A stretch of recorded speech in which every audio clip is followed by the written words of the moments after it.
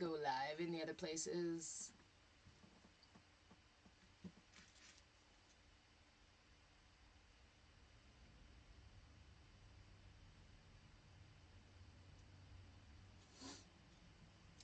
Feel free to share the live with folks that you think would like to sit for a little meditation or learn a mudra. Do I have my coffee? I have my tea today. No, that's a lie. That's a lie. I was going to make tea and then ended up making coffee. Yes.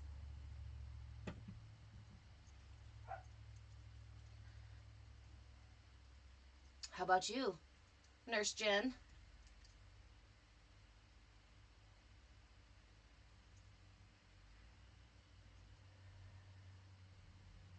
Second cup? I can't do a second cup. I'm a 1 cup rodeo kind of gal. And that 1 cup is usually a little too much. And I'm one of those who like sips my cup for hours. If I drink it all really fast, it knocks me out. So I end up sipping on it for hours, which I hear is not great for your teeth and your gut and whatnot, for the continual acidic. But that's the part I like about it, is the acidic balance. But you know, it could be throwing my system out of balance because, yeah.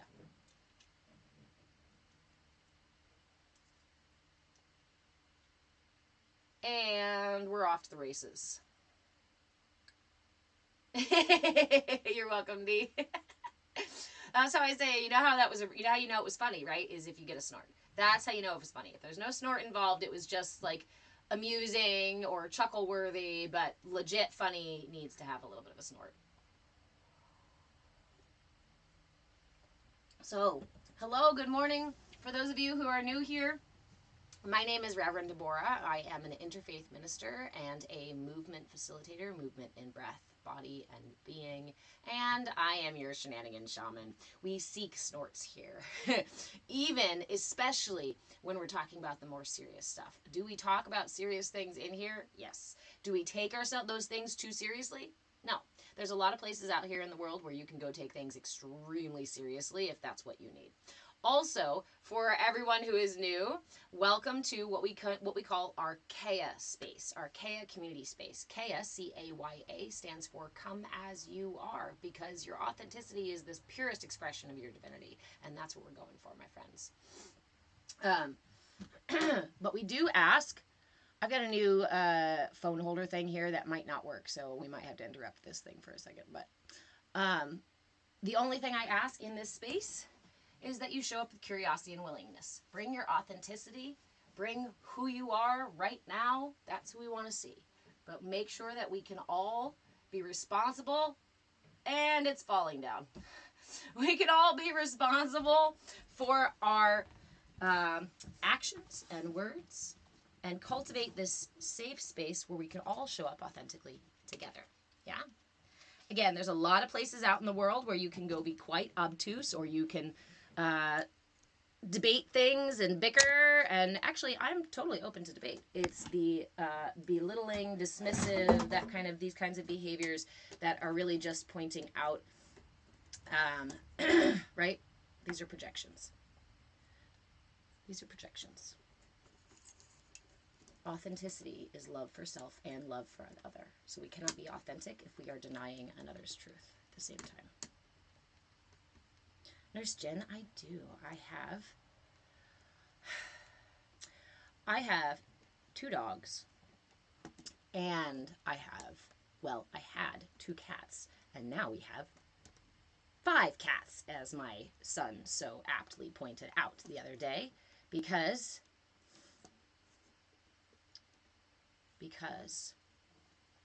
they had kittens. We now have kittens, and the kittens are just starting to move. They're up in the front of the camper, and they're roaming around. I don't know if they're quite ready to make it all the way back here. User 5619159427853. What if someone else's truth is racist? So in and of itself, your question kind of answers it, right? Authenticity is love for self and love for other. Authenticity is acceptance of my value and your value, intrinsic value. So to be racist, we're not standing in an authentic expression of our self of our truth. That is a misdirection of our truth. That is manipulation of our truth. That causes us to believe that in arrogant sort of hierarchy kind of things. And if someone is still in that mindset, I am always open to having respectful conversations with people. But it's really a skill I think a lot of people have lost, is the ability to show up and discuss things when we don't agree, especially when we don't agree. We don't have to identify with our opinions about the world or our beliefs about the world. And we do not have to, my truth does not have to negate your truth, period. My truth does not have to negate your truth. We can equally accept, there's even a phrase for it, we can agree to disagree, right? Unfortunately, we have to have the personal responsibility and maturity and wisdom to be able to accept someone's truth as different without needing to belittle them or to shame them for having a different one. Now, that's a personal issue, right? If I can't listen to somebody else's differing opinion and not feel offended or directly attacked, that is entirely about me. Now, if somebody is actively attacking you, again, that's the other person. So we can't do with either of those. Okay. Eric. Hey, Eric. Did you just send it? Oh, my friend. Eric, I am so glad. I just came across notes that I was making about that mala when I made it for you. Yeah. All these notes that I was making to make you the little paper that went with it.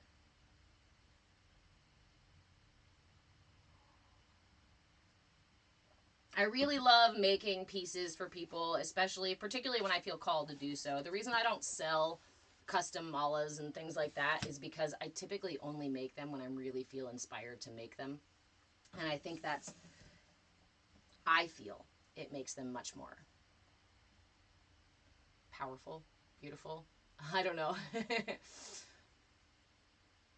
Well, good morning, Steve-O.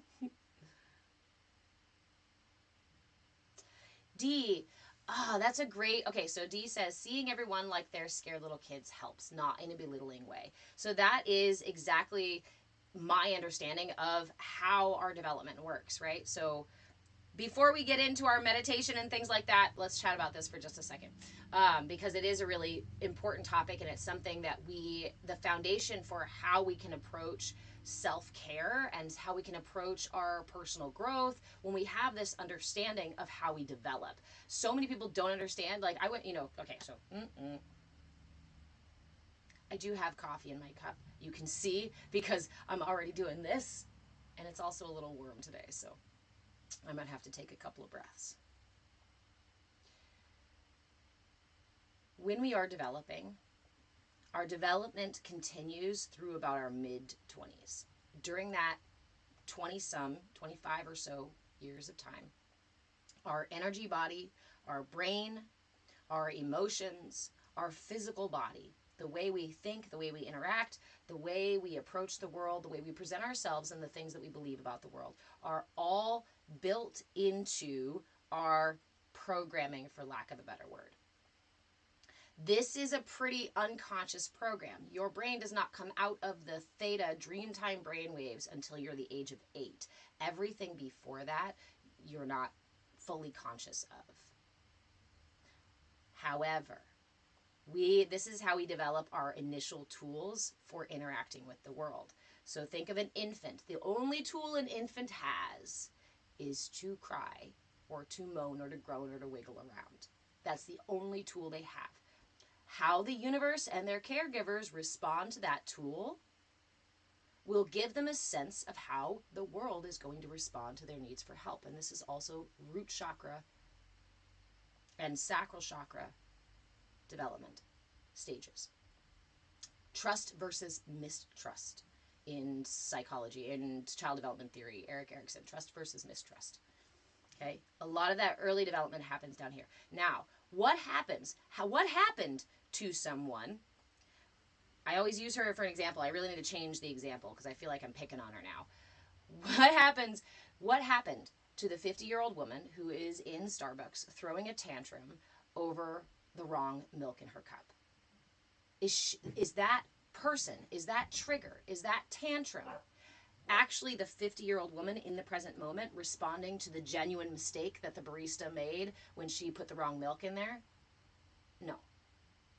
We recognize from psychology that it is actually the 2, 3, 4-year-old self that was fighting to be heard, that was probably being ignored, that whose opinions weren't being respected. Maybe this is somebody who, like, for example, was forced to eat everything on their plate and not be able to pick what they eat. That in and of itself can erode our sense of personal power, our sense of autonomy, and our sense of being right in what we need. So what it results in later on are these behavioral, emotional, repetitive, triggering patterns, reactions that remain within our somatic and our cognitive and our emotional and our energetic processing until we examine them.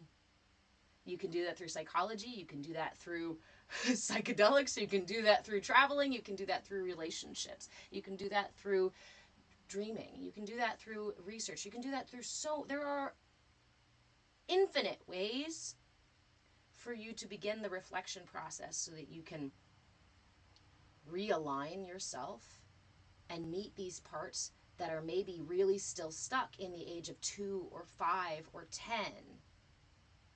Remember that these parts are relatively immature. And it's important when we're doing this work to recognize that what we're doing is reparenting ourselves and not to blame our parents. We are reparenting ourselves because our parents needed parenting. Like our parents' needed parenting because we're continuing to evolve. Because every generation, one of my favorite poems is by Khalil Gibran, and it really sums up this idea very well. Part of it, right, is that the parent is the bow and the child is the arrow, because it is a responsibility of the parent to bend as far as they can to propel the child as far forward as possible. This is why it's important to heal what we can heal so that we don't pass it on to our children, because we absolutely pass it on to our children. And should that be a point of shame or guilt? Also, no. Toiling over what happened before, happened yesterday, and guilting yourself and shaming yourself for that doesn't actually lead you toward your healing. It is a constrictive, restrictive, constricting energy. And it's not going to lead you towards your expansion or towards your self-discovery. Because often shame and guilt are things that close us down and shut us off. Our heart, our third eye, our solar plexus, preventing me from operating in a healthy way in the world. So when you see somebody operating in an unhealthy way in the world, for example, as somebody mentioned here earlier, being racist, you're talking about somebody who has severe blockages or misalignments in their being. It could be on an energetic level. It could be on a cognitive level. It could be... Are you glitching? Shit.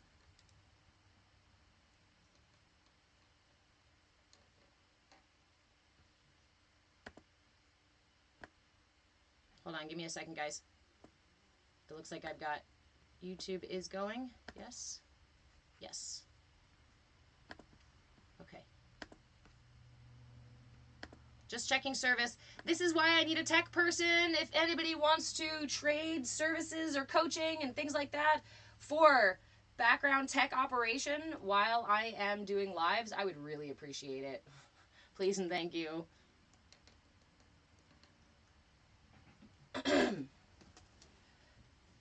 So,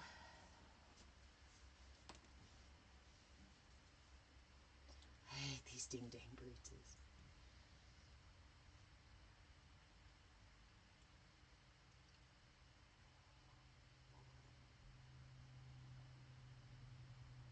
It was happening like this for a couple days. Okay, thank you, Dee. We have been having high winds in this area. I don't think it should affect my internet, but it's just the thing. Yes, I can show these really quick.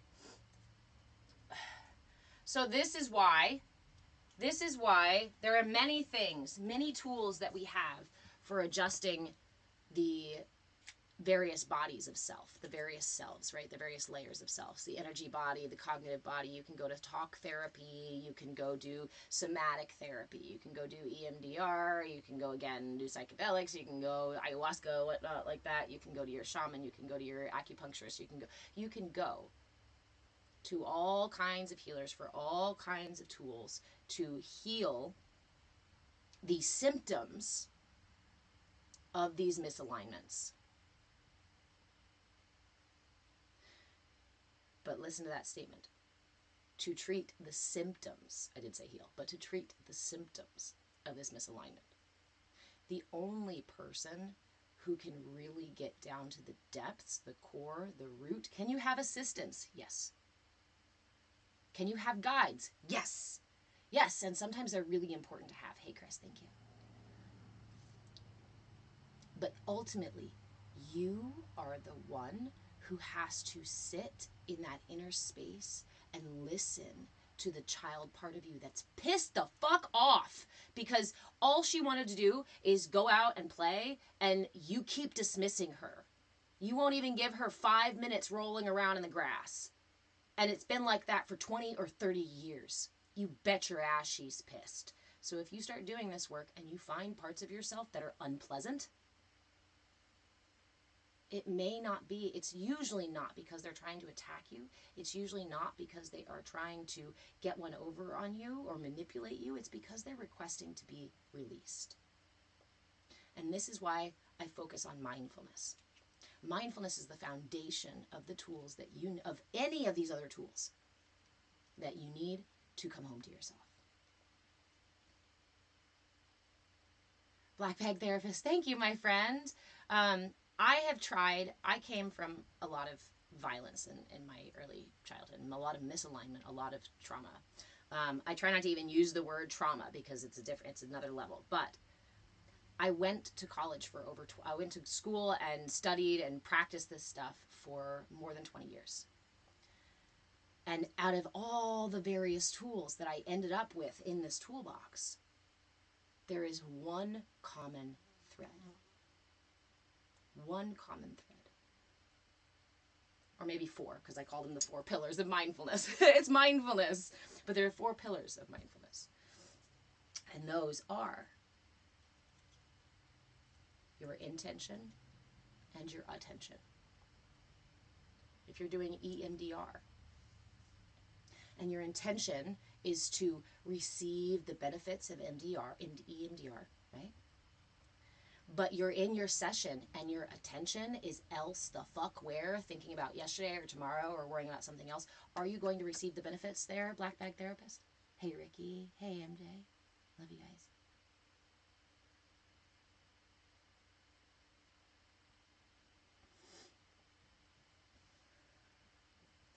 Curiosity and willingness. Intention and attention. Curiosity and willingness. So to go to your EMDR session, you need your intention. I'm doing this on purpose. I'm not doing it by accident. Nobody is forcing me to do it, right? I am intending to go to this and receive what I can from it. Second, I'm going to bring my attention. I'm going to let everything else go for the session. And I'm going to be totally focused in the session.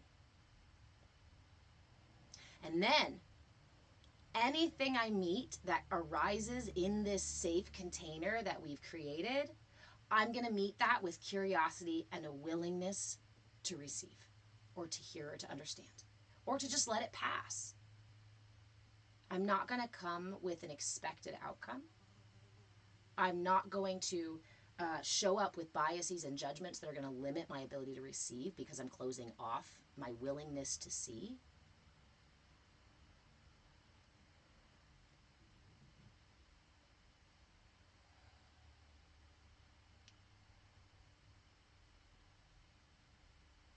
Your intention and your attention, your curiosity and your willingness. If you bring these 4 things to everything you do, not just your healing practice, but the damn dishes,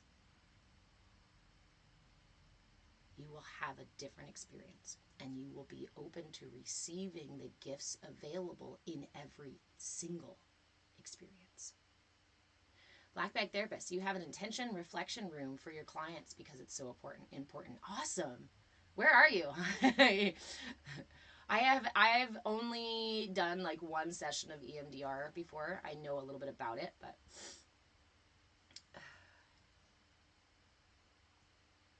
Kali, hello, my friend.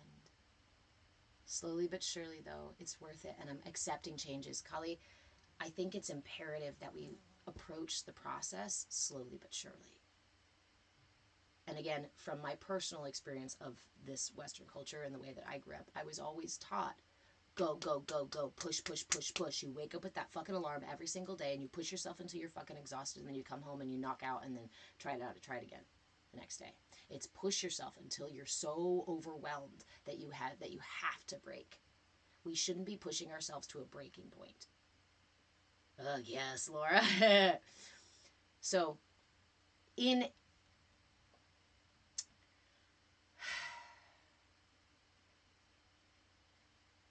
may have that energy in many places in your life. You may go ahead and push that energy in many places in your life. But I implore you, when you are in this space, doing the internal work, put on the brakes or take your foot off the pedal and let the experience guide you. Let yourself coast with the experience. You cannot treat a rock the same way you treat a spider web or a petal or a flower. Within you are delicate webs and petals, lotuses, right? And winds and clouds. Like, these are ethereal things that we do not treat with a nail and hammer and a fist.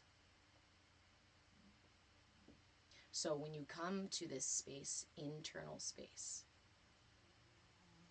meet yourself with curiosity and willingness. Offer yourself compassion and take the tiny steps. In fact, I always say, when you find an edge, when you're doing a meditation or a practice or something else, and you find somewhere that feels a little uncomfortable, instead of pushing or even leaning into that, you can simply see it, acknowledge it, and go, hi, how you doing? We understand on a quantum level, scientifically, we understand that your attention shifts things on a molecular level. Just by giving it your attention, you have made a change. And if we're going to be, most of us need to rebuild trust with ourselves. And if you come into this vulnerable, delicate space, like a bull in a china shop, are you going to be building trust with the delicate parts of yourself? Probably not.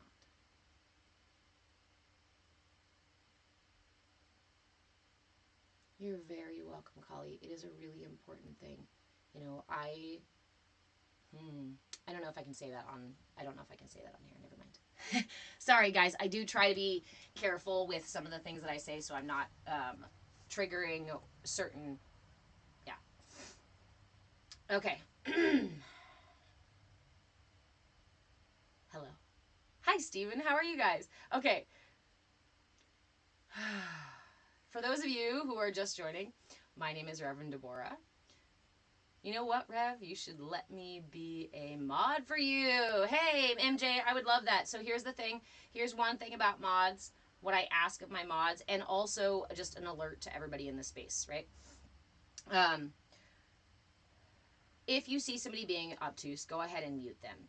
Usually I like to respond to people who are at least attempting to engage or create some kind of conversation. Remember, we meet everybody with curiosity and willingness.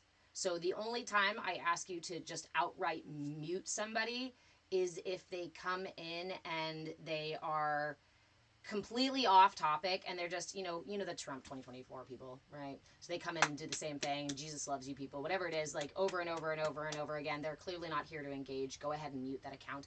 Do not block anyone. I don't even think I give you the ability to block anybody, but don't block anybody, because I want everybody to have the chance to come back in again and again and again.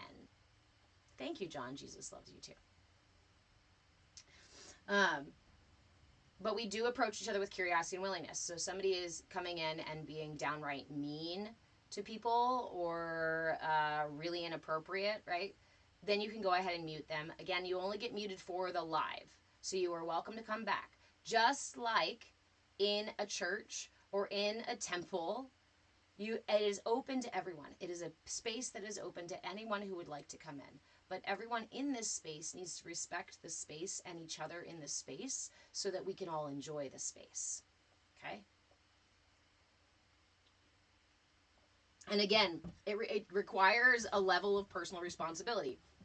If you are not at that place and do not want to have that personal responsibility, more power to you, friend. You can go and do those wonderful things. Stephen, you still believe in God? I believe in God. I see God everywhere. I think the only way to really understand and to know God is see God in absolutely everything that God is in, which is everything. Everything and everywhere and everyone. And that is the thing. Everything, everywhere, everyone.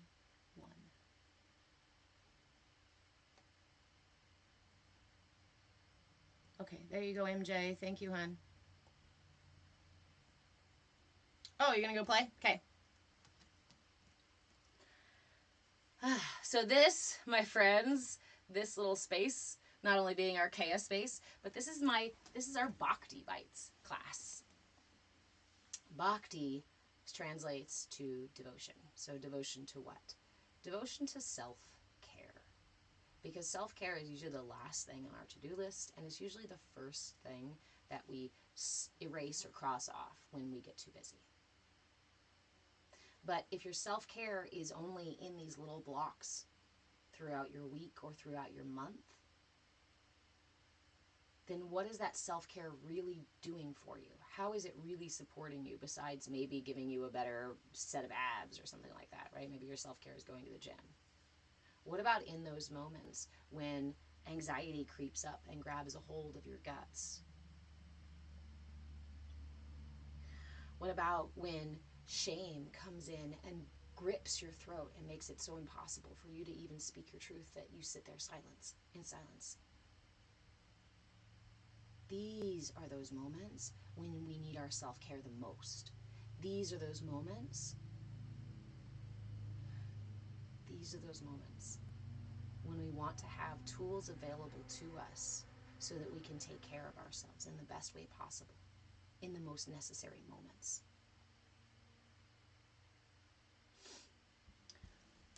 Hi, Grand Rising Leb.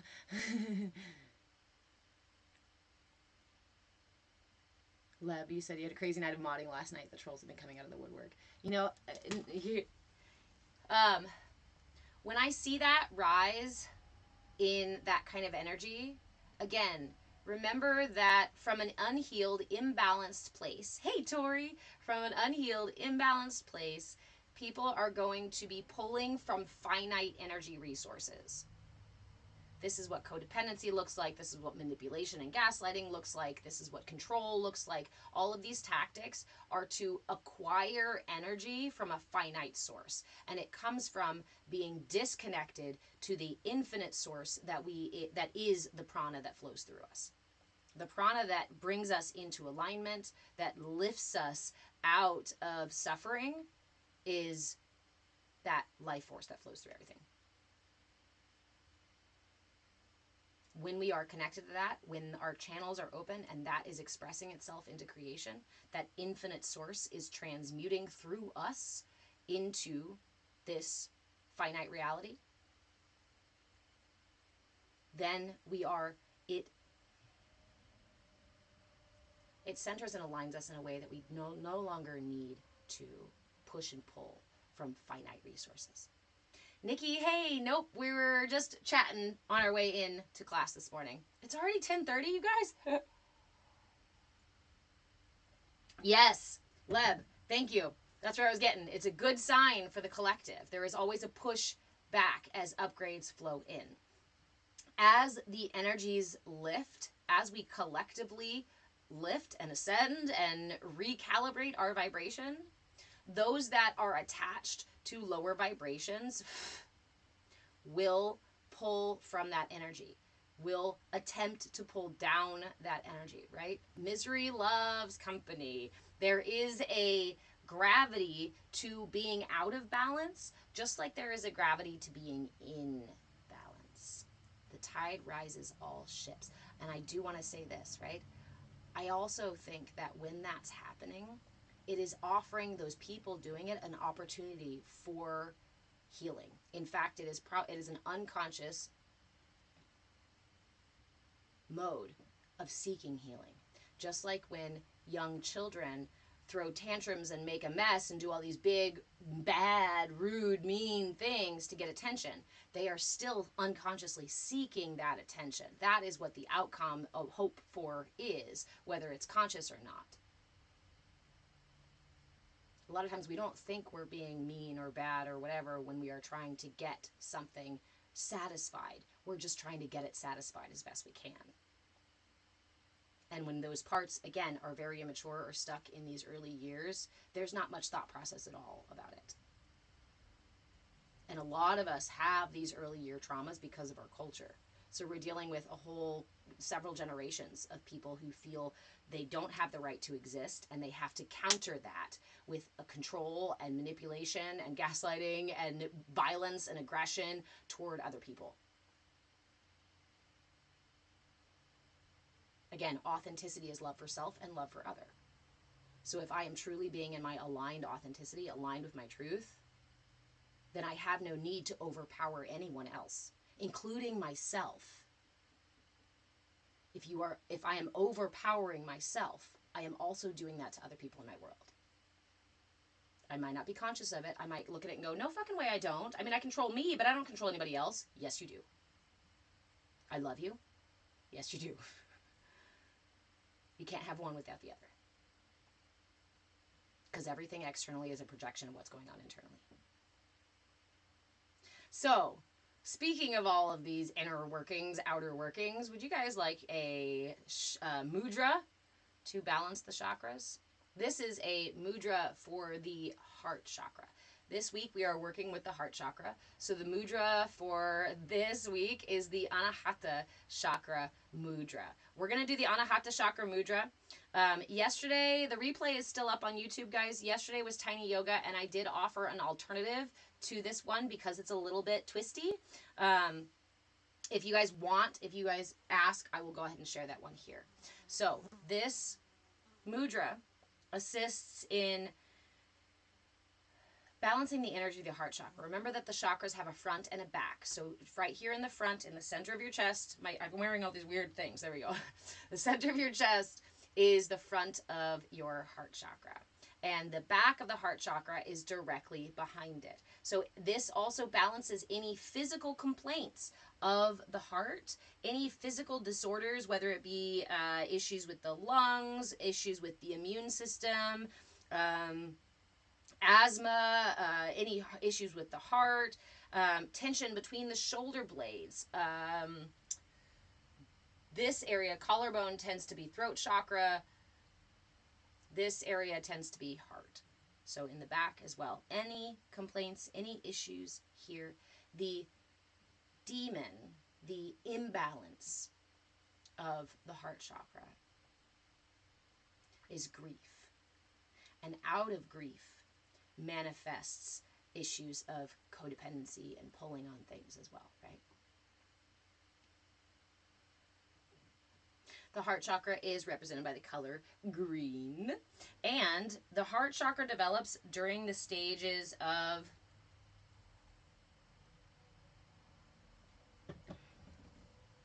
the heart chakra develops from the ages of about 4 to 7.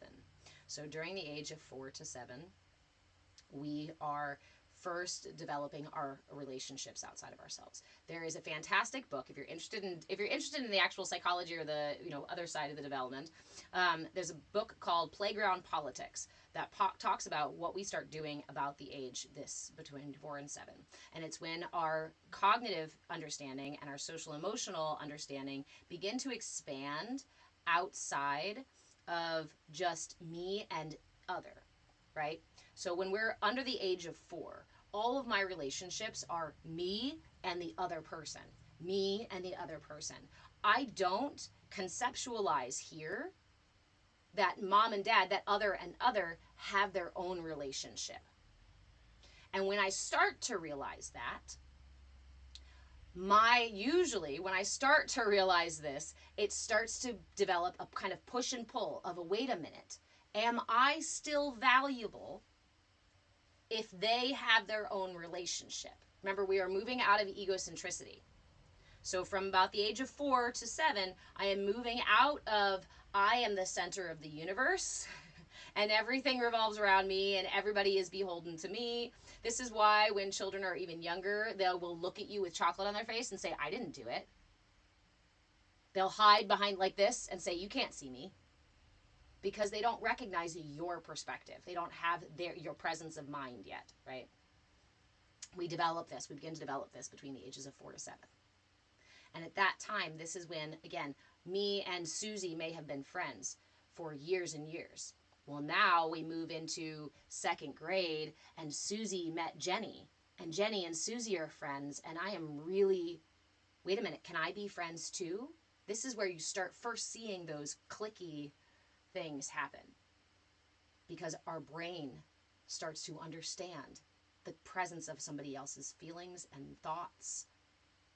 And we become less egocentric and more open and compassionate and empathetic. Empathy is a natural inclination. Compassion is something we learn. Empathy is a natural inclination. And it can be fostered, encouraged as we grow, or it can be dampened as we grow. And during the ages of 4 to 7, the events that happen during those time are going to tell our heart how to settle into this world. How should I expect the exchange of love? How could I expect the exchange of giving and receiving? If I take care of somebody else, will they also take care of me? And not just from a need place, not just from a resources, food, and safety, and nurturing, but from a place of something higher, right?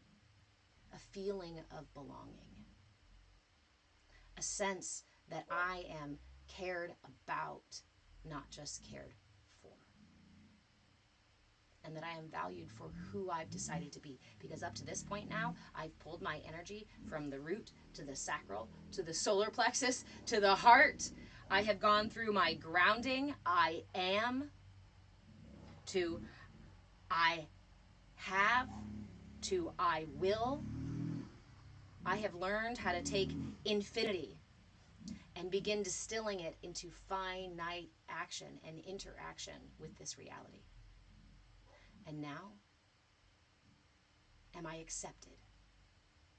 Am I going to be accepted in what I do and how and who I am? This down here, from the ages of 18 months. Yeah, 18 months to 4 years old. You know that children at that age are very verbose with their will. They don't give a fuck whether it bothers you or not. It is not in their brain. They're not thinking about it. They are just behaving. They are just exerting their will without any empathy or compassion or concern or care for anybody else. It is not because they are trying to do something mean. It's not because they're bad. It's because their hearts are not engaged yet in the same way, and their brains don't understand that you have your own fucking feelings about what they do. It doesn't matter because it's not even within their scope of understanding yet. So, hey Todd! Sorry, I just realized I couldn't see the chat on YouTube, and I was like, somebody must be over there. I must have heard you.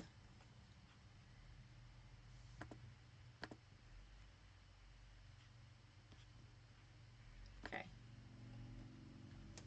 All right, so the mudra, after much ado, the mudra for the Anahata chakra.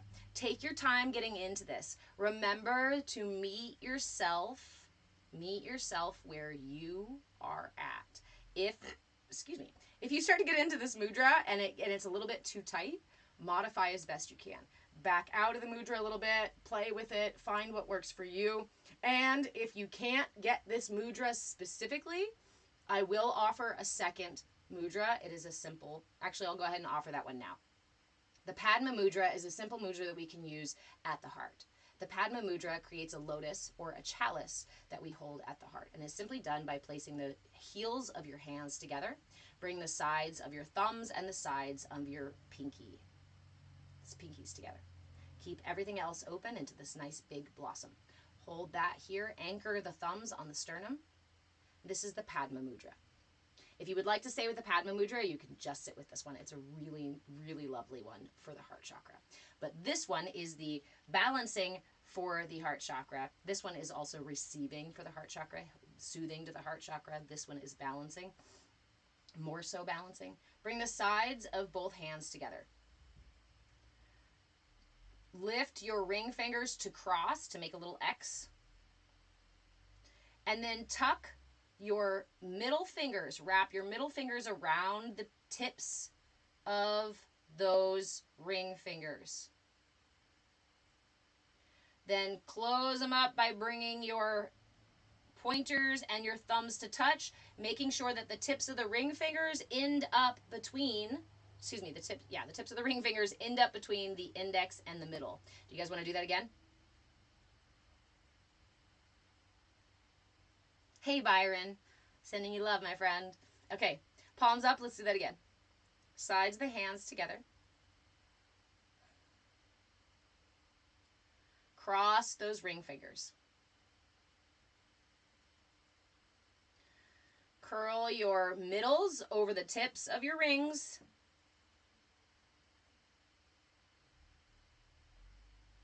And then bring your pointers to touch so that they're underneath those ring fingers and your thumbs to touch here.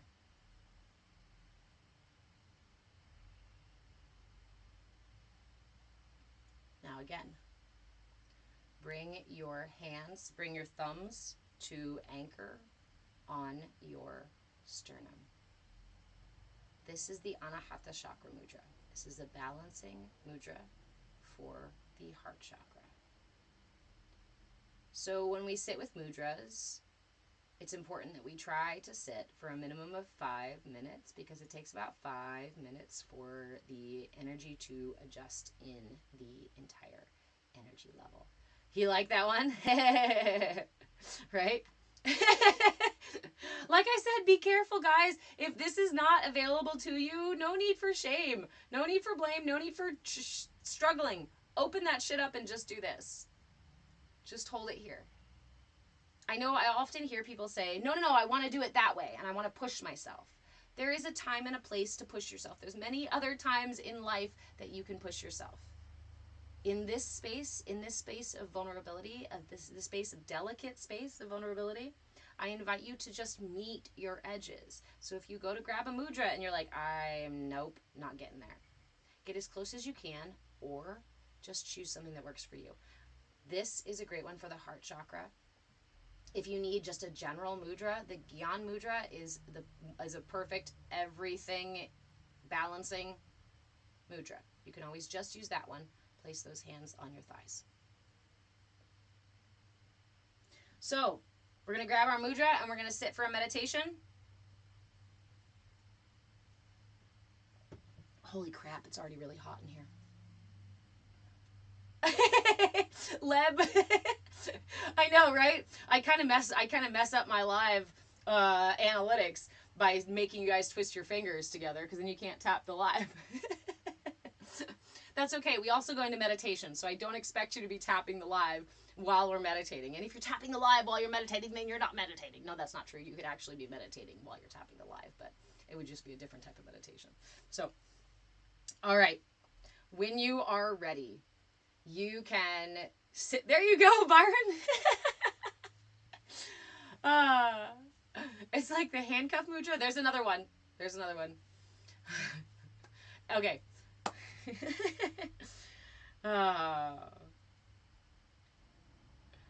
So, for our meditation, woohoo! Good job, Megan. For our meditation, remember that you can be seated You can be standing up, you can be sitting in your car, you can be laying in your bed, you could be at work. Try not to get yourself in trouble. And if you're driving, please make sure you have your hands on the wheel and you got your eyes open, right?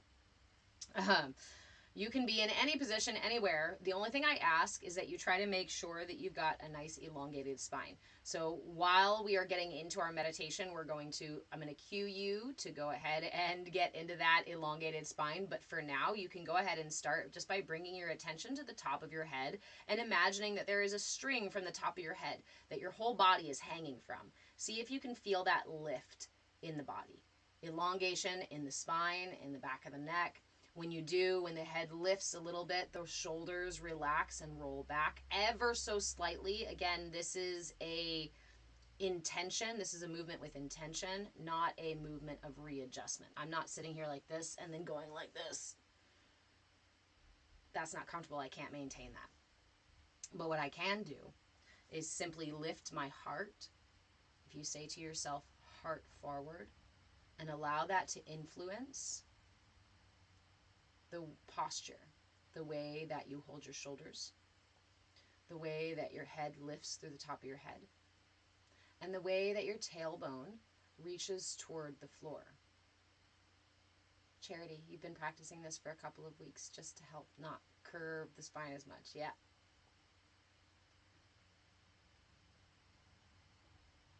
There's several techniques you can do to help with posture in general, but one of my favorites is just this one. You bring your awareness to the top of your head, lift from the top of your head, bring your awareness. Hey, Katie, welcome. Thank you, friend. Bring your awareness to your heart. And again, we are very used to like shoulders back kind of thing. Shoulders back. That's a tension. That's a posture of tension. So instead of shoulders back, just lift your heart and allow your shoulders to roll gently. Hey, Bobby. Down, allowing your shoulder blades to melt down your back. Then you want to check with your chin. Make sure first, I always go chin parallel to the ground, and then I gently tuck the chin in because that brings intention to the way I'm holding my head. That way, during meditation, it doesn't float away because it does absolutely float away. Hey, Todd. Sorry, I must have missed you over there on YouTube. I see you now. All right, you guys. Let's sink into our meditation. So grab the mudra of your choice. It can be the Padma Mudra or the Anahata Chakra Mudra, which is done by sides of your hands together, pinkies together.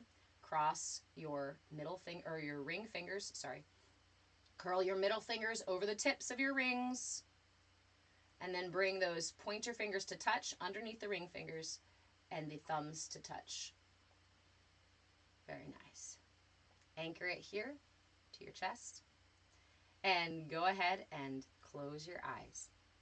If it's safe to do so, we will begin our practice by taking 3 deep breaths.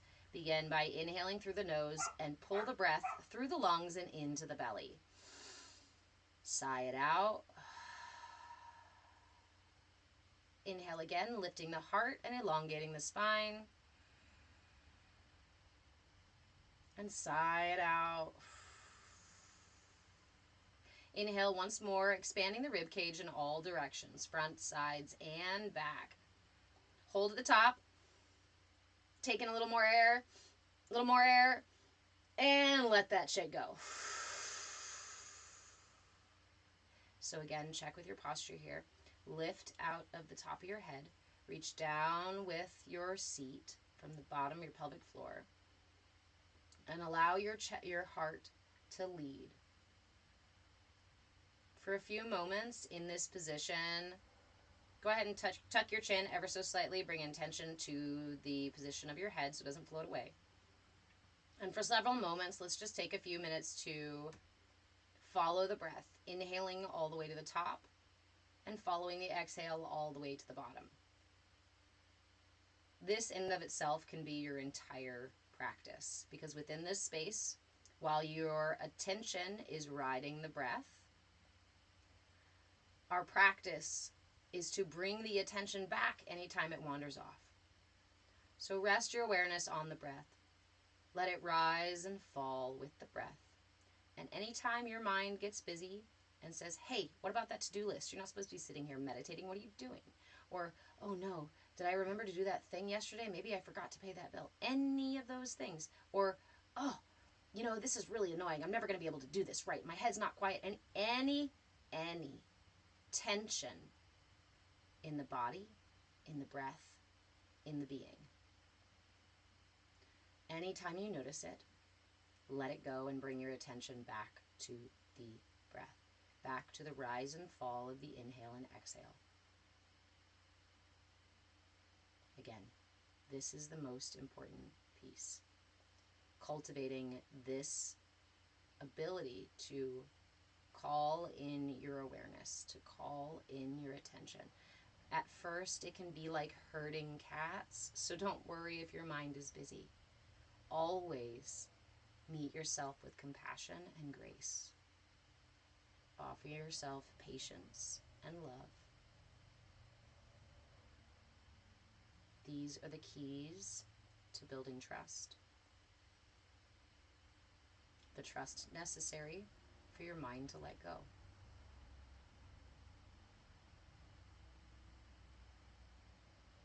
Inhaling and exhaling.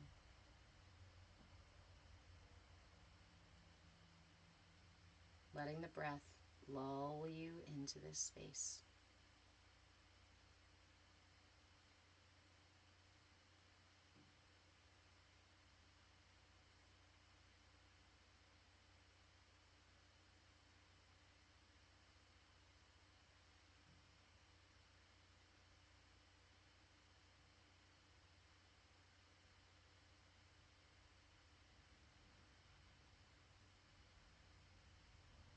Stay with it. Again, anytime you notice that your attention has wandered off to anything at all, come back to the breath.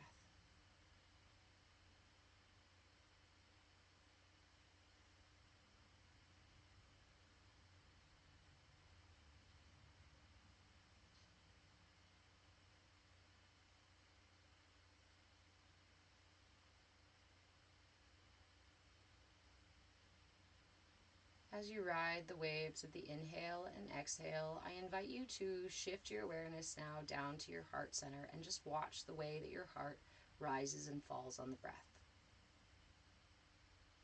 Notice the sensation of the rib cage expanding, the heart lifting and falling with each exchange.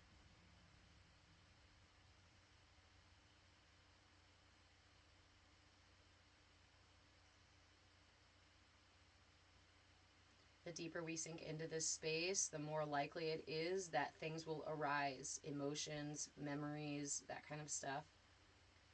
Again, we can meet all of these with compassion and grace and bring our attention back to the breath, to the heart rising and falling on the breath. There is no need to attach a story. There is no need to go down the rabbit hole of what happened to you when you were 5. There is no need to go down the rabbit hole of who did it to you or anything like that. Simply acknowledge that it exists and come back to the breath, to the rise and the fall, to the heart riding the breath.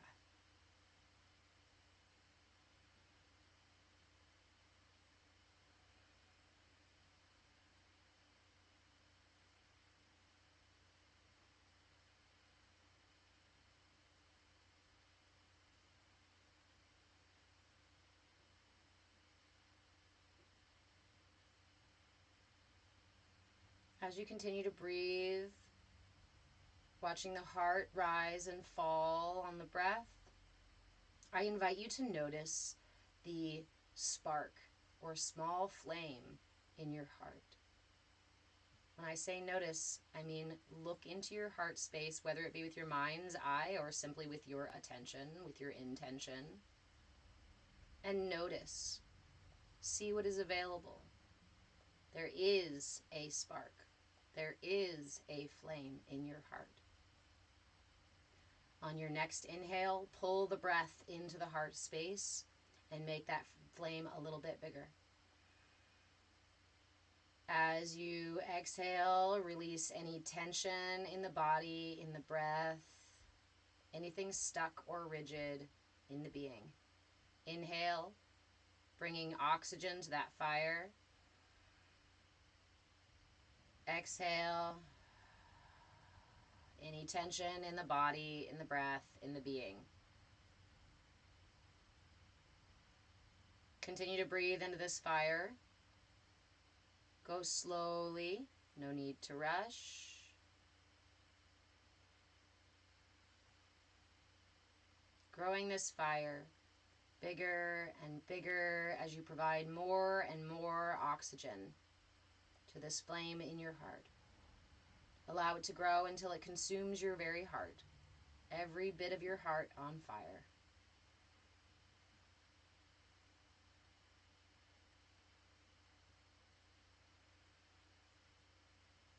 Give your attention to this heart on fire.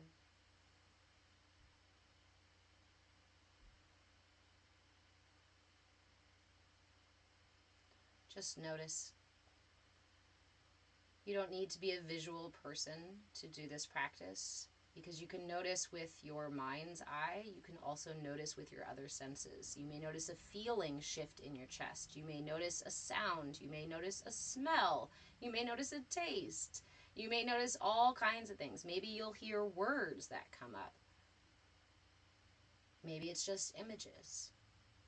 Again, just as we did before, anything that rises, let it rise and fall along with your breath. This is the same rhythm. Get everything aligned with this same rhythm. Inhale, exhale, rise and fall, ebb and flow. Shifting ourselves out of attachment to these waves, to any of the energies within them, and instead allow ourselves to ride the rhythm itself. Everything else falls away.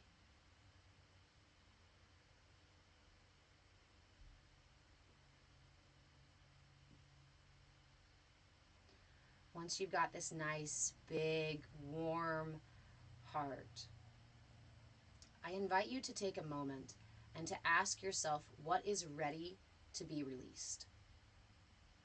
Now, I am one of those people who, when I ask that question, I suddenly go blank.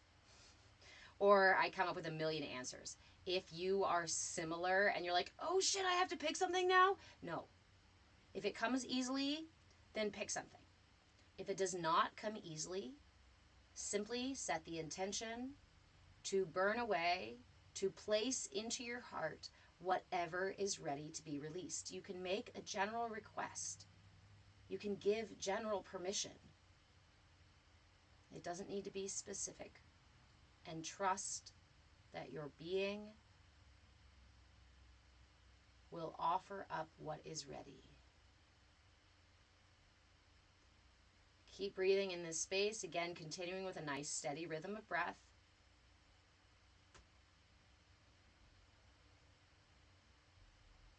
It can be something big, it can be something small. Offer something to your little heart incendiary.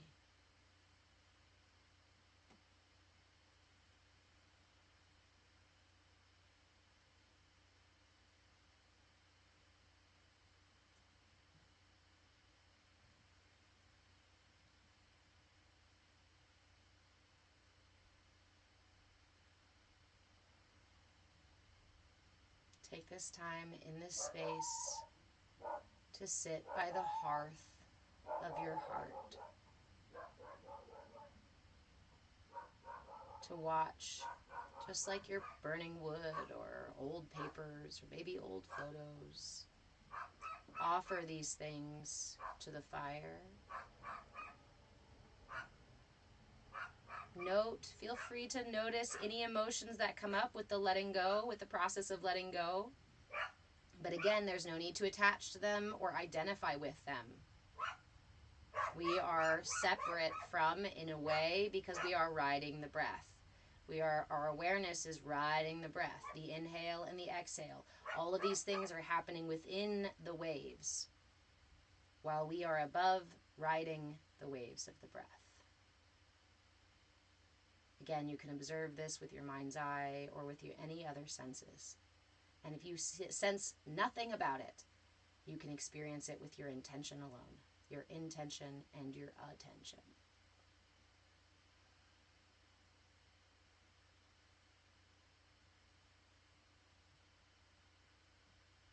Enjoy this moment by your hearth as you watch whatever it is that you have fed to the fire burn away. I invite you to offer gratitude and feel the way that that shift in intention to offer gratitude shifts in your heart space. Feel for the physical feeling of gratitude.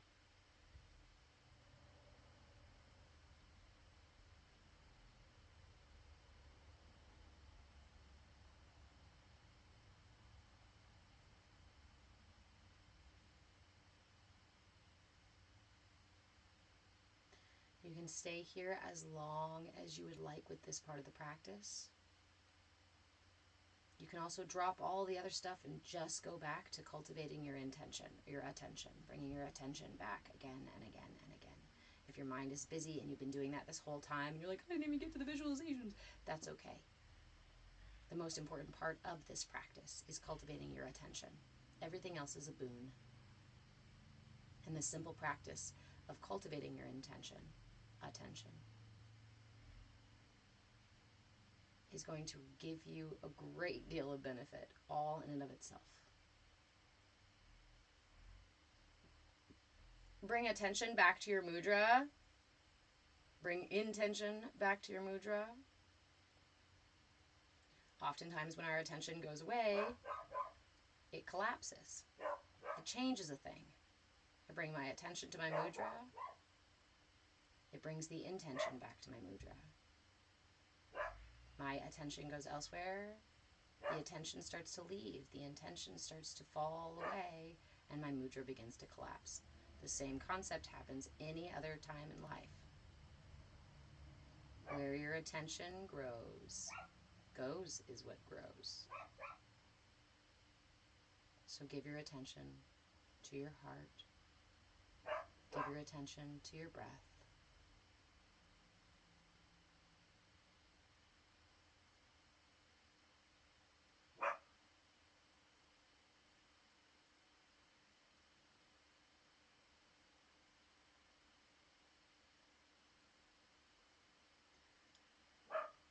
If it feels appropriate to you, after you've gone ahead and offered some little things or big things to your hearth, I invite you to breathe even more oxygen into this fire. Allow it to spread like a wildfire across the rest of your being, from your heart, expanding out around you through every bit of your being. Watch the way that it moves, feel the way that it moves, listen for how it sounds as it moves through you. Trust that this energy, that this hearth fire is going to burn away anything that no longer serves you anywhere in your system. Anything that you may have not noticed or forgotten, or just anything that's been hiding. Allow that hearth fire to spread throughout every fiber of your being.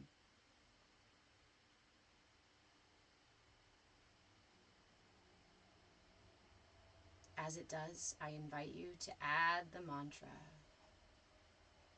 I am love. I am love.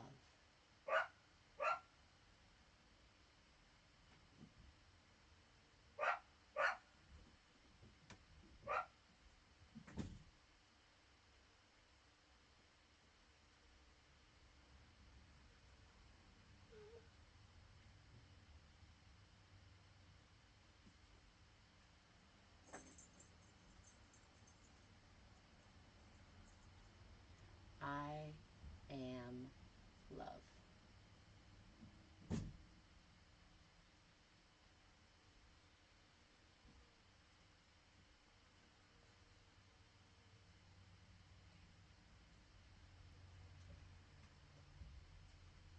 You can stay here as long as you would like to. You can go back to any part of this meditation. Take your time. I invite you to meet yourself in this space with compassion, with patience, and with love.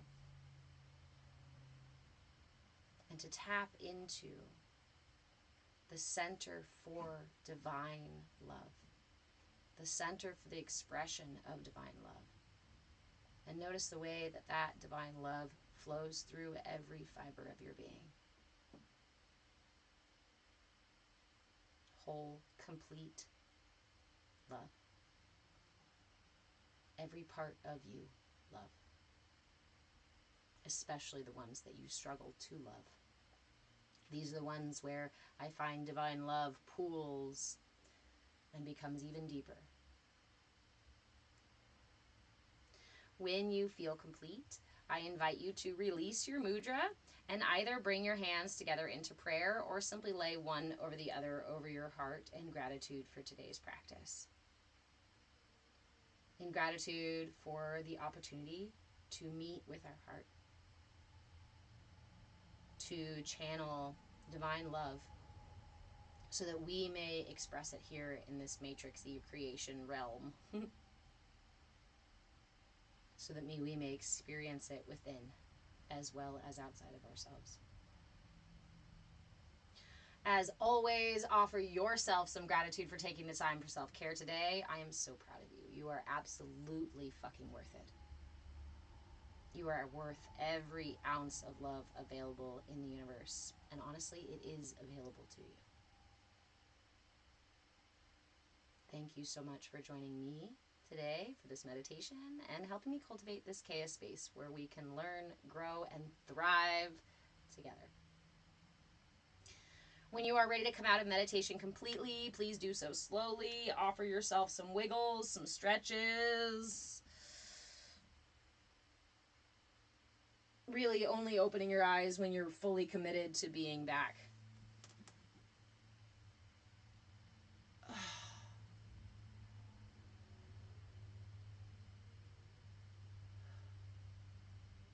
Dang.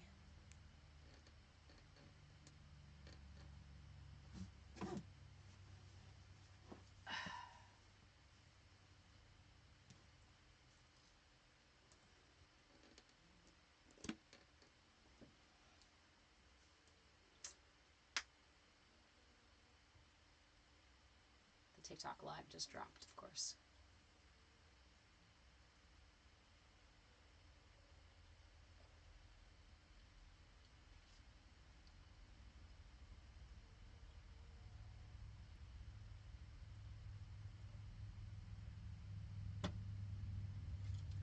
How long was it gone, you guys? Remember, folks, yes, TikTok, yes, Lebowski, TikTok must have dropped. I just now noticed because I ended the meditation. Yeah. But I don't know when it dropped. So remember, everybody, that I am always live at least on YouTube too, at least on one other channel. So if something happens on one channel, go find me on another. I'm almost always on TikTok and on YouTube, and now I have also been on Instagram pretty regularly. So it was at the ending. Oh, good. Thank you, Lebowski. Less than 2 minutes. Sweet. I'm sitting here worried, like, I closed my eyes and that shit turned off.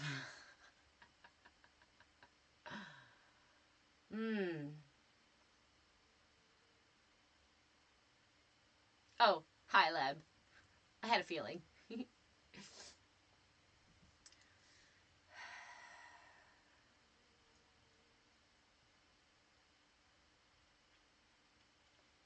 The heart is a powerful space.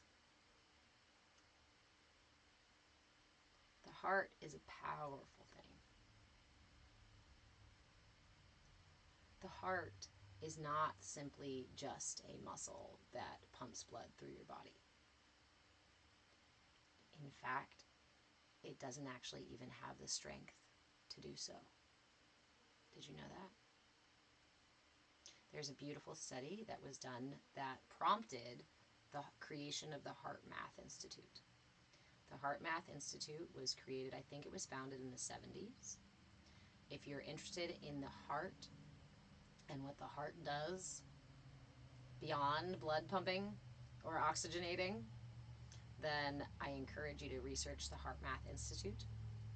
but they did this beautiful little experiment study thing on the heart to see if the heart had even enough pressure, created enough pressure in the body to pump the blood through the system like we say it does. Do you want to know what the result was? It doesn't have remotely the amount of pressure necessary to pump blood, to push blood through the entire circulatory system. We discovered that in the 70s. We tested that in the 70s. And yet, when you go to school, when our kids go to school, that's what they learn. The heart is a muscle that pumps blood through the body. But it doesn't even have the PSI necessary, the fucking pressure necessary to do so. What do you mean? So how does the blood pump through the body? Well, in part, our blood vessels are also not completely smooth tubes that run through our body. They have a ridging inside of them, a circular ridging that does a lot of the work to continue the circulation through the body. So what is the heart? What is the heart for if its primary job is not to circulate the blood through the body? We know that it is an electromagnetic generator. We know that these defibrillator cells are the cells that make your heart go bubble, bubble, bubble, bubble, bubble, bubble, and there's lots of them in your heart. And they all work together. And they communicate with each other. They also communicate with your brain. If you've ever seen the other studies, guys, I don't know what the word is. I like studies, so you'll hear me refer to them a lot because also I've spent a lot of my life. I acquired my energy work practice from my family lineage when I was very young. And I spent much of my life looking for ways to confirm what I was already experiencing within that practice. So I love to share them because it makes me feel more confident. It made me feel more confident in my ability to practice this as well as in using the tools that address the energy body. So the heart. The heart is made up of all these defibrillator cells. The other study was that study done on whether or not we have free will. That's a pretty popular one where you go and it's like a computer sort of thing, right? They measure the reaction time. They measure the response in the brain before a person makes a decision. And what they found through this study is that the brain decides, like something decides before the brain makes the thing happen. So it was an argument for, we don't have free will. I think actually that that study shows exactly what happens in the communication between the heart and the mind. Sorry, friend, I don't go live with people I don't know, but send me a message about going live another time. I'm happy to talk about it. Also, if you are a subscriber here on TikTok, you are on Saturdays. I do have guests on the lives now. If you are a subscriber at the level 1 the level 1 membership or above here on TikTok or on my Patreon page. So if you'd like to hop up and ask questions or chat about things, you're welcome to do so. This is our live Q&A day for those of you who are subscribers.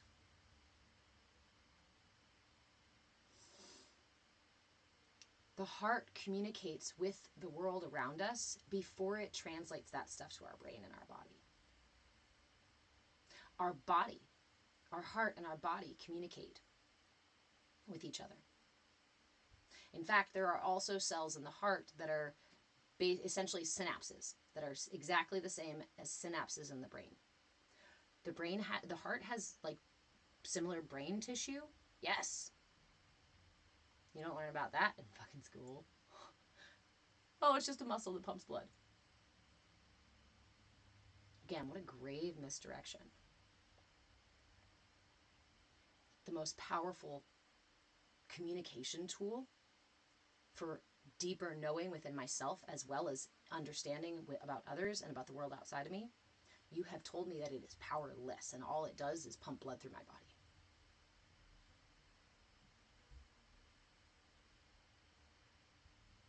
This is your communication central. The heart is the first mode of communication that we have with our internal and external reality. And that translates to everything else. That study wasn't negation, didn't negate free will. It showed you what your heart does, that your heart is the first to communicate. So those defibrillator cells that we mentioned here, right? Those defibrillator cells, we have so many defibrillator cells in our heart, and they are working together to pump, to make the heart do its pumping. Is it pumping blood? No. Okay, so I'm going to, yeah. Good plan. Okay.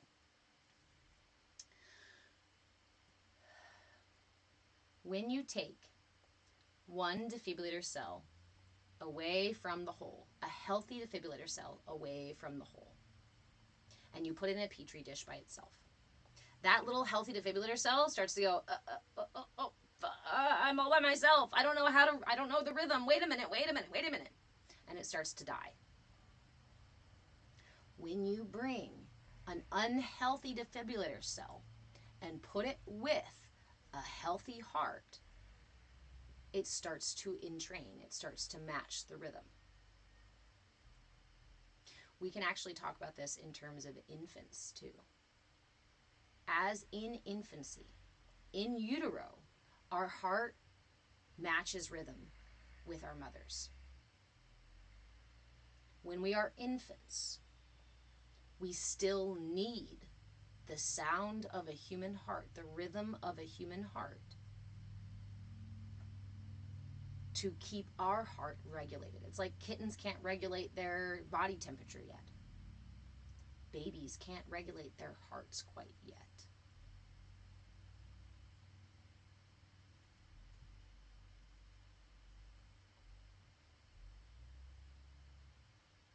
So, this is also, Jason, what if it skips beats? So your heart, a healthy heart, is not a heart that has a static rhythm its entire life. That is not a healthy heart.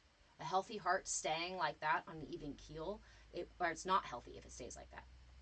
Your heart is intended to have this rhythm and go this way and go this way and do all these other things. Your heart is dynamic. Your heart is a communication mode or tool with the universe around you. Jake, when your heartbeat matches with your partner. So those defibrillator cells are not just working with each other in your heart.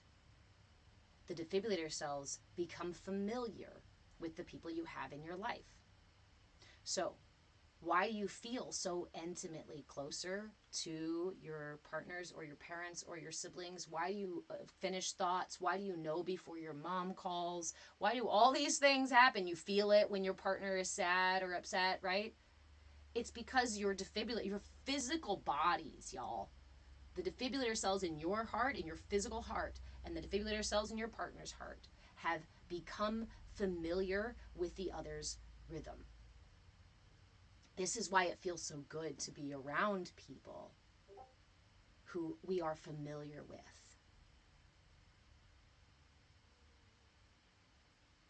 It also points you directly. It also points you directly to your source for deeper knowing, deeper understanding, and for the more subtle layers of our reality. We live in a very brain-centric reality. We live in a very mono-self, everything happens in the brain kind of way of thinking. And it completely denies your other, your much more far-reaching, much more wise modes of communication.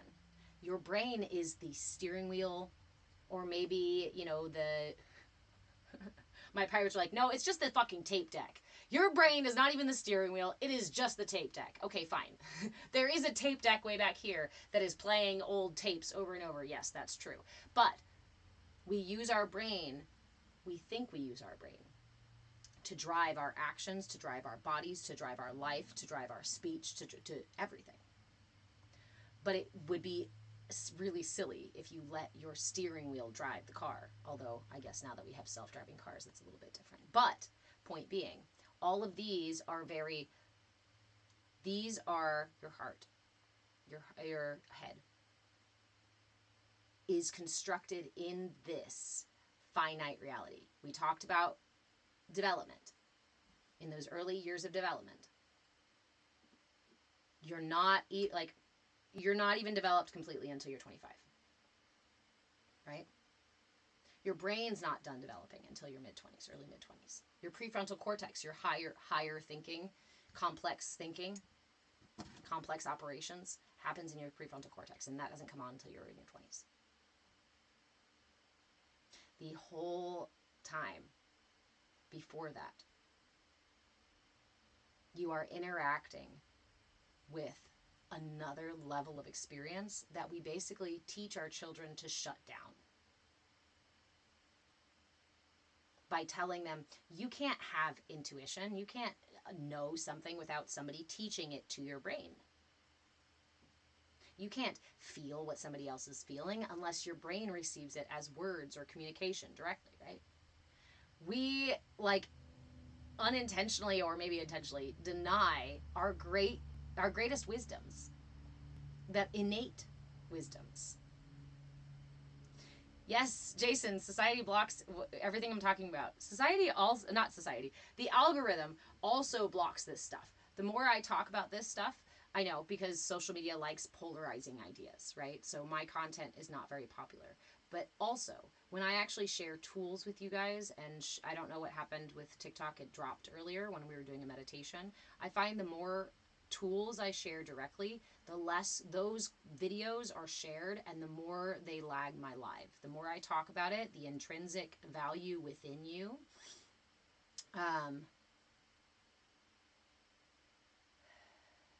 the more I offer tools that guide you back to your internal locus of control,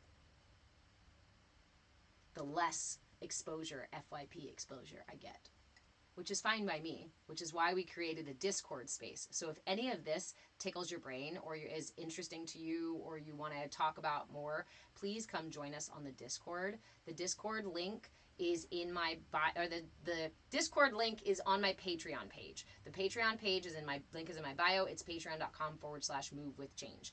I am at Move With Change in all the places you hang out, on all the platforms, but I hang out in Discord. You are very welcome, Jason. If you guys need a link to the Discord, you can also just message me. I try to answer every message I get. Note that if you have a membership, either here through TikTok or through my Patreon page, the level 1 membership will get you the ability to ask for content specifically made for you. So I know you guys probably see in my content a lot of my little response videos. I will prioritize making content and teaching different tools for specific questions from my subscribers. Subscriptions are available on Patreon. Those stay the same forever. TikTok is going to change in September because they give me only up to 50% of what I make here on TikTok. So the prices on TikTok have to reflect that. The only thing I charge for is more of my time.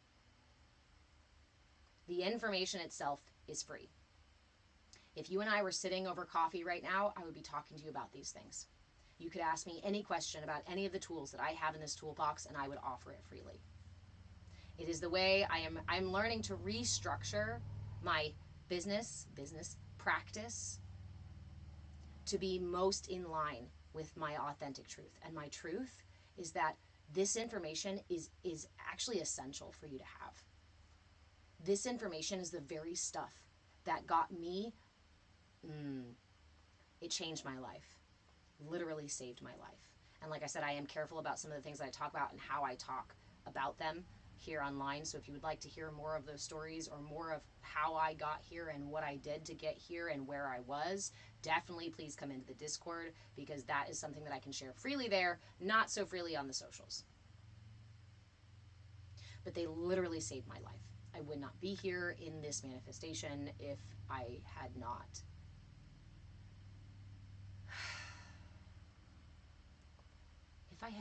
committed to putting them into practice. Because I acquired a great deal of knowledge over the years, 20 plus years of studying and working in the field of human development and wellness. But it wasn't until I shifted knowledge into understanding through intention and attention, that they began to actually benefit me, that these tools actually began to change my life. I was a manifestation, a poo-poo on manifestation kind of person, right? I was like, yeah, whatever, that's a bunch of nonsense. Like, you can't just like call shit into your life. Boy, was I wrong. Boy, was I wrong. And I am grateful that I was wrong. I'm grateful to be proved wrong. And now, all I want to do is share that stuff with you guys. When I was a little girl, I wanted to, with one big sweep, change the world, save the world, heal everyone. The kind of stuff that I experienced when I was little was really painful. And I felt it on a really deep level, as you know, many of us do. But it set me on the path to doing everything I could to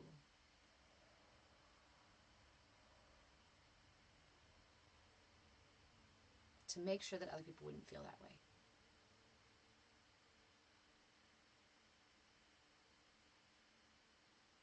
But of course, that meant I spent years focusing on everybody else's feelings, everybody else's needs, everybody else's healing, not my own. And that whole, you won't know love until you know love. Like, how do I know when I'm in love? How do I know when I found the perfect person? Oh, you'll know. You guys remember that? Have you ever been told that? Oh, you'll know. I didn't believe it. I thought it was bullshit. Until I learned to love myself.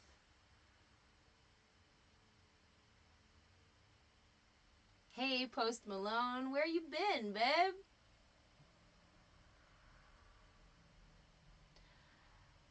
Joshua, it's taken me a long time to be okay with it because, again, the world tells me I should create a business and charge top dollar for it. The money mindset folks say I should charge way top dollar for it, and if people don't pay it, they don't really want it or they don't really value me. We are so stuck in our capitalist ideas of how to exchange and how to meet each other and how to share or how to receive that it leads us away from our collective value, from our individual value within the collective, and being able to recognize the value in each other. Right? How many times have we been told, oh, if you don't charge enough for it, people won't value it. Okay, yes, to some degree. But if I value it, and I am authentically doing what I want with it, what feels most true to me with it, then it is absolutely valued and received.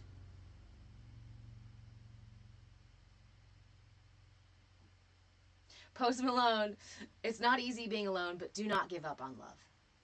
I did not. I found universal love.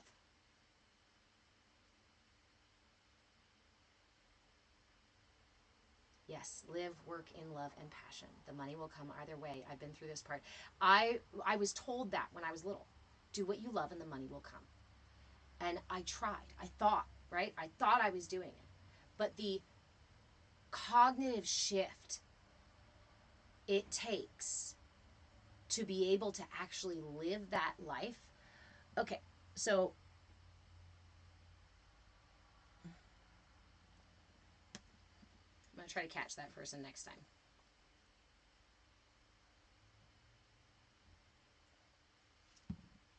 Because we are looking out at a world that doesn't do that encourages us to fight with each other, to market manipulatively,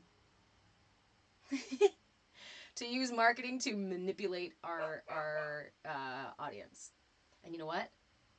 It's not authentic. It is really gross. I don't need narcissistic sort of gaslighting and manipulation to get me to buy shit I don't need. Neither do you. Ooh, Callie. Unfortunately, we are human and there's a karmic responsibility to work through capitalism.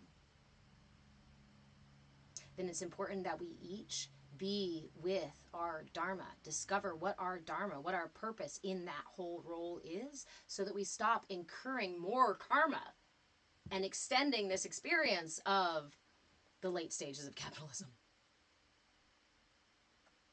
Seek out your authenticity.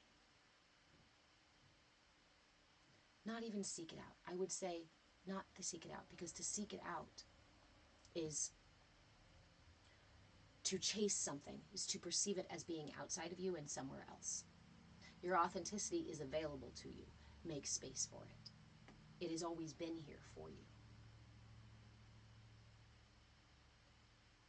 Hey, Parkinson!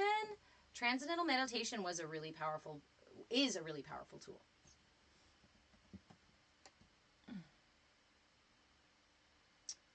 Patriot, yes, I wanted to go back. I saw that here. Sometimes we are told that we are not evolved enough if we don't have the money to pay for someone's support. That is grotesque.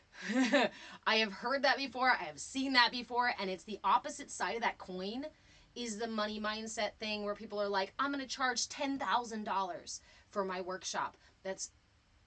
I am also not saying that you are not worth $10,000. I'm not saying that you're not worth everything in the universe. But let's step back to a place of authenticity rather than a place of greed, need, and lack. Because learning to trust the universe and trust each other is the foundational piece to abundance. You can't have abundance if you do not also have trust. What is Dharma? Warrior scroll. Okay. What is Dharma? So, Dharma... Oh, hold on just a second. Yes, son? Oh, okay. Okay, I love you. Go ahead.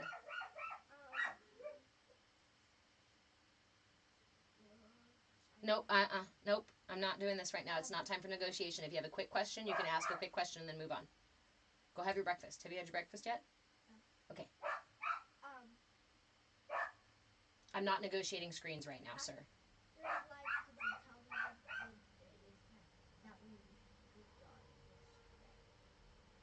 Yes, we'll talk about it after live. Okay? Go eat your breakfast. I love you so much. Okay. No, just go eat your breakfast first, and then we'll check them out after you come back, okay? Thank you, dear. Okay. Brief interlude. Okay, so what is Dharma? What is Dharma?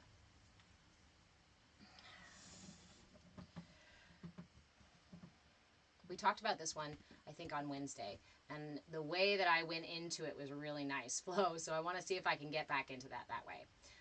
And I'm, missing all sorts of...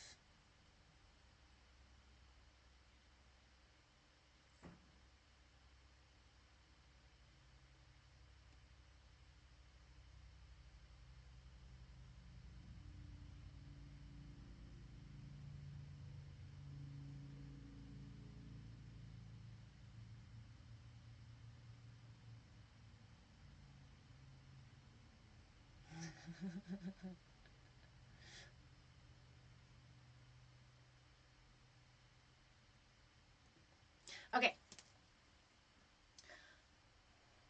Dharma. We think of karma from a very simplistic black or white perspective. If I do something bad, I acquire karma. If I do something good, I release karma, right? But what is good and bad is different in some cases for you and for me. What is good for me may not be good for you, right? We each are on our unique journey, our individual journey. So Dharma is the concept, is the framework for what is good for you or not good for you. Joshua, the Discord link is on my Patreon page. You got to go to the link. I'm going to create a link tree here soon so you guys can all find it just with the link in my bio. It's on my Patreon page, and the Patreon page is patreon.com/@move-the-change or move a change. Dharma says this is what's right or not for you in this lifetime. Now, I'm not coming from that from a place of there's some daddy, father, God in the sky who said, this is what you're supposed to do in this life, and if you don't do it, then you're a bad child. No, I'm talking from more of a foundational perspective of everything in the universe is molecules vibrating at different frequencies, manifesting in different notes, tones, fractals of the same light, okay? So my unique manifestation is my unique manifestation. And therefore my dharma is going to be my unique dharma, just like the shape of my irises, just like the fingerprints on my hands. That is my dharma, not some arbitrary purpose or some arbitrary end goal that somebody else gave me, but literally the frequency with which I resonate at. The things that echo my authentic frequency into the world.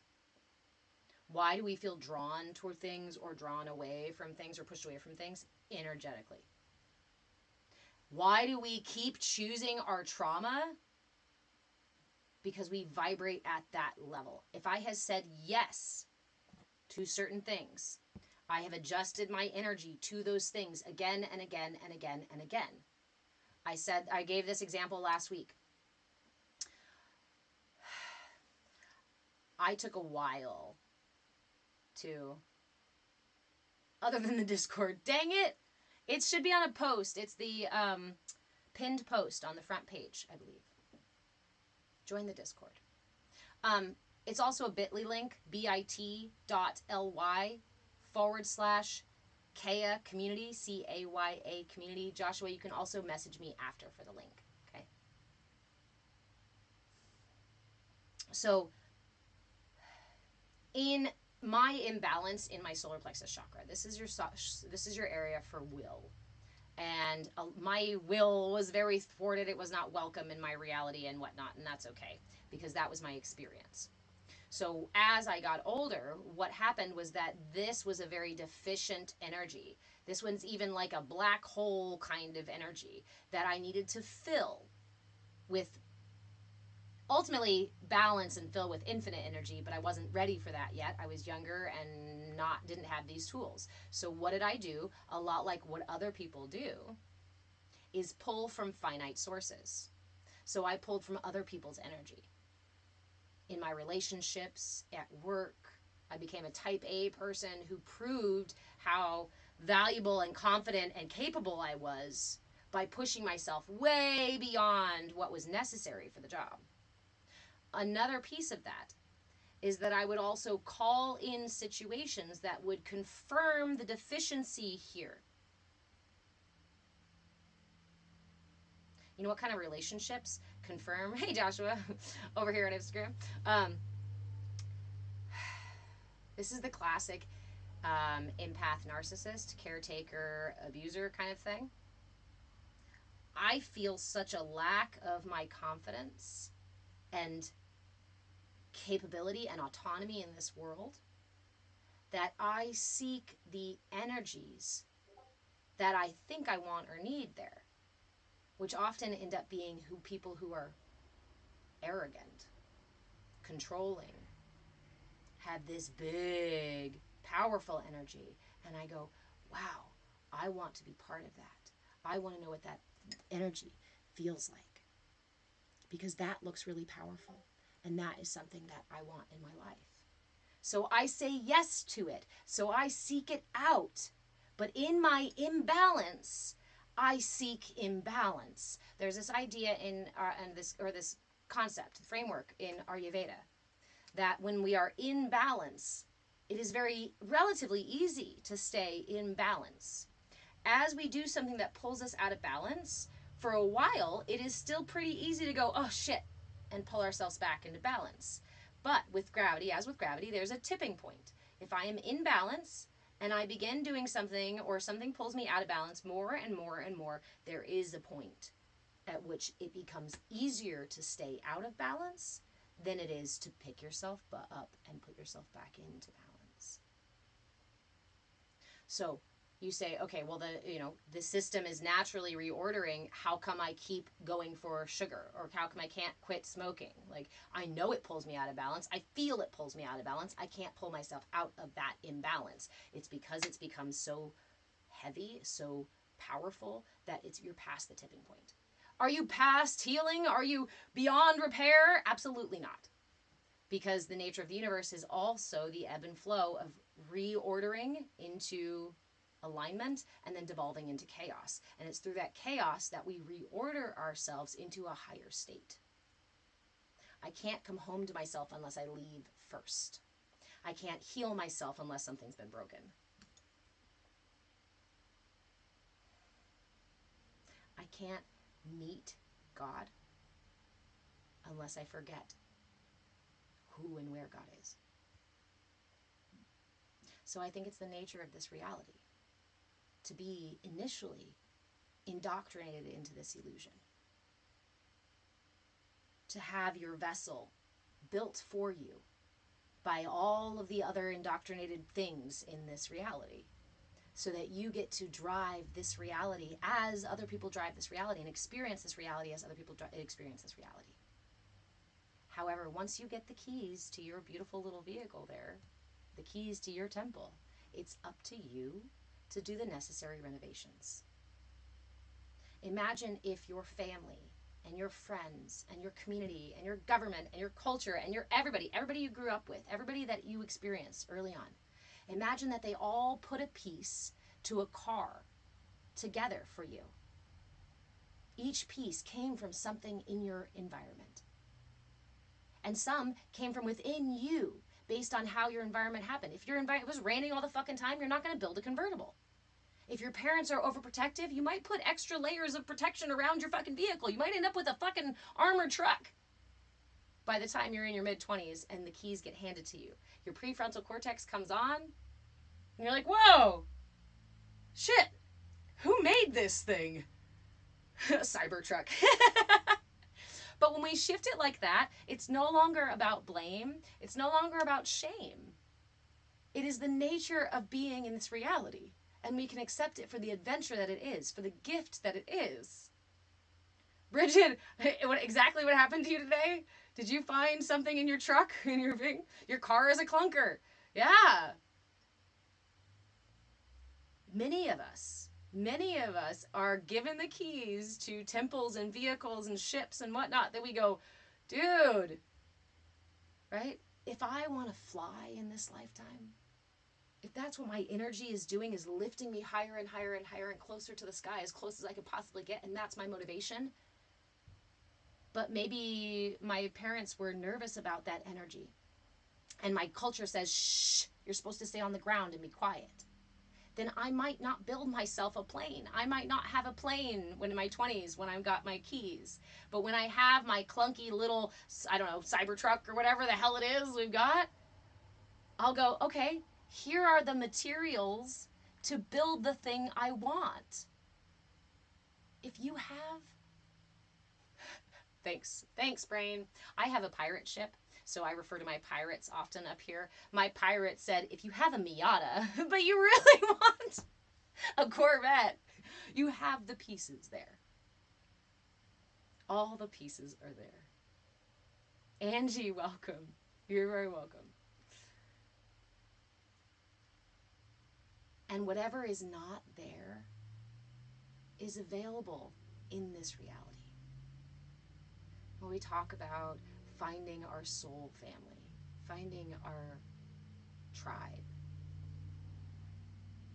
These are people who are driving, your tribe is people who have built themselves planes to fly over the mountains.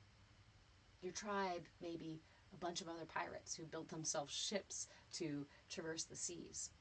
I lead a practice called dream journeying. And dream journeying, we set a stage and we go on an adventure. It is essentially a style of remote viewing and astral projection kind of stuff that allows you to explore your inner reality, not the external reality. It's one that we go inward with.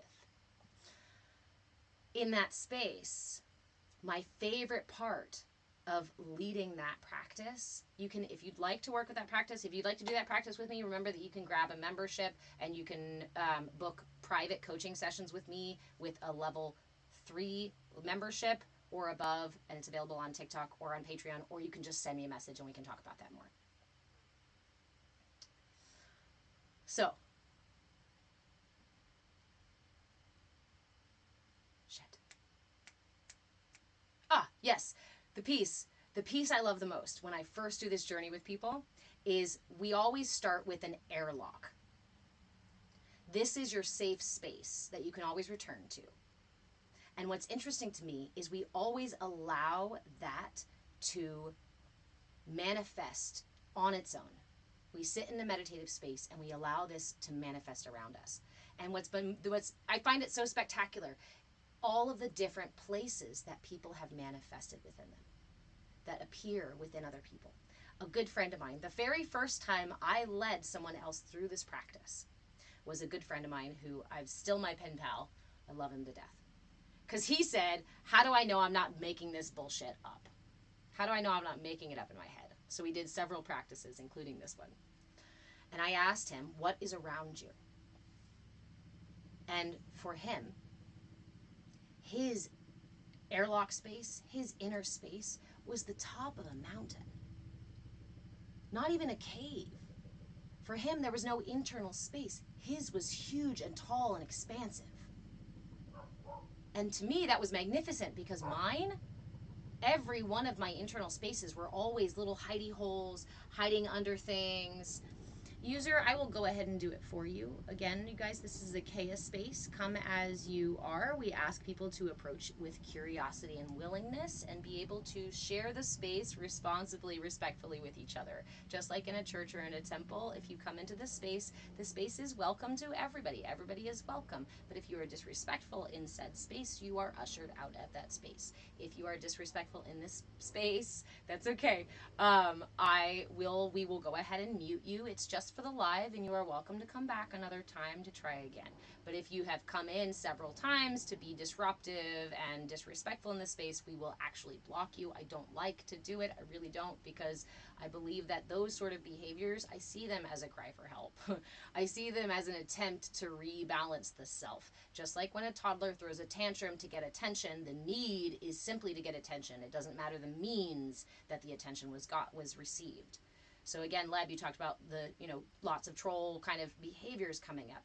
These are cries for attention. These are screams for, I am imbalanced and seeking balance, because the system seeks balance. Whether you're conscious of it or not, your system is seeking balance.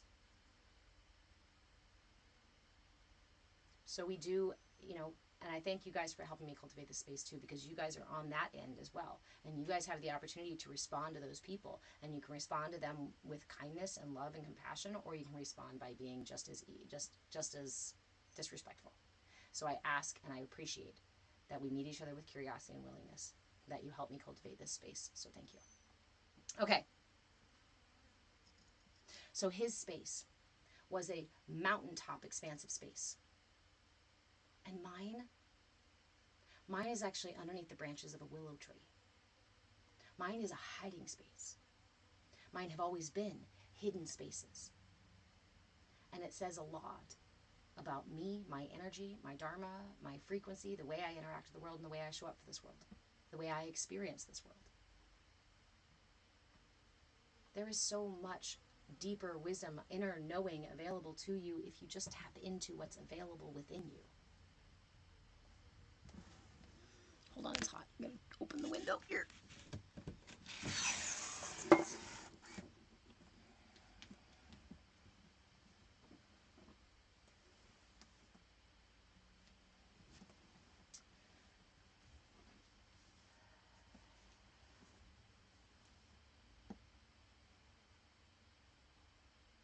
But we cannot find it by force.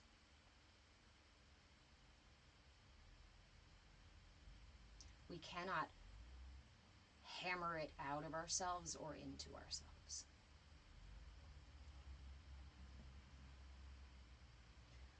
It is already here. It is already available to us. It is just a matter of opening the space for it.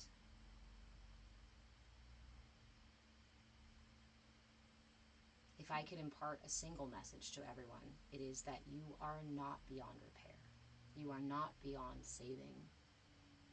And that everything you need to know is genuinely available to you, is really available to you. And most of the things you seek from an authentic place, not from an imbalanced place, shall be provided to you.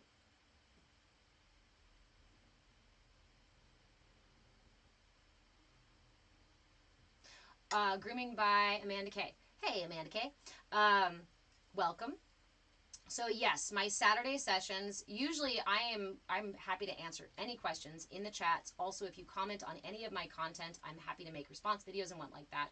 I do have a subscription option where you can request two things. One, you get priority for videos being made for your specific questions. I will show tools and practices and explanations from whatever you ask.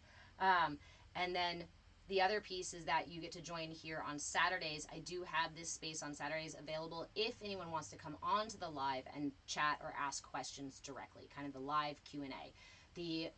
You need any level TikTok membership for that, or the level 1 or above on Patreon. I do have a donation level on Patreon, which is just a donation level. But if you would like to either request content, get priority content, and be able to ask questions live, you are welcome to subscribe there. Yeah. The memberships, just as a side note, the memberships are for more of my time. That's really all I charge for. I charge for my time. The information is free because you deserve, yes, of course, thank you for asking, friend. I do also offer private coaching sessions. I do also offer something called coaching by donation, which is just 15-minute sessions by donation if you had an acute issue or wanted to ask a question or two or do a little practice or something. Those are available on my Patreon page in the shop, coaching by donation. If you would like to work directly with me, I ask that you grab a subscription because I don't do one-off sessions with people anymore for full hours and stuff like that. Because if you're doing this work, it requires a degree of commitment. Does that commitment have to be dollars to me? Absolutely not. That commitment is to you and to you alone. But if you would like to work together with me, it's not a one session kind of work. If you want single sessions, we can grab 15-minute sessions. I ask that you only do them once a week so you can ask questions and get engaged. But if you want to do the deep work, that's a subscription. Yeah. Because coming from a place of authenticity, if we were sitting there having coffee or over lunch, I would be telling you all this information. I would be answering any question that you had. Now, if you wanted me to sit and guide you through a meditation and offer more and actually, teach and do the deep work with you and answer questions, then we're talking that's more of my time, more of my energy, and I'm happy to give it, but there needs to be an exchange. One way to exchange is through the paid membership. But there are several others ways to exchange. I am hiring right now. I need some tech support, some video editing, some live mods and things like that. Somebody to manage the various channels that I'm on. I'm always live on several channels. So if you have anything to offer and you would like an exchange, definitely reach out to me. I am always open. No harm in asking. The worst I can say is, sorry, I don't actually have a use for that. But opening up the conversation is always going to be beneficial to us, right? Because hopefully we can work together to find something that works for everybody. I am not about gatekeeping. I am not about high ticket sales. This is not about padding my bank account. Is money a tool that we need and can use for exchange? Yes, but it is not the only one. And I know that right now, a lot of us are really struggling with that piece. That resource is becoming thinner and thinner and thinner. And I'm not sitting here trying to create a stressful, tense relationship with you and your finances. I'm here to encourage abundance. And if I were to require you, if I were to belittle you by saying if you were only aligned enough, you would, right, Bridget? If you were going to manifest the money to pay me $10,000 for 1 hour a month or whatever it is, I am creating tension. I am creating scarcity. I am creating separation intentionally. This is a journey for everyone to take on their own. What feels right to you feels right to you. If your high ticket sales are the thing that feels most authentic and right to you, then go for it, my friend. There are people who feel most authentic and right in paying those things. There is nothing, no judgment wrong with that. For me, it is not. For me, the most important thing is to give this information. You're pushing a boundary, sir. Okay, thank you. Did you have your breakfast? Yeah. Good. Yeah. Yeah, you can go look at them. Can you move the table a little bit so you can get in there? Oh, they're over there. What? Yeah, they're up there. They're up by the chair. She moved them.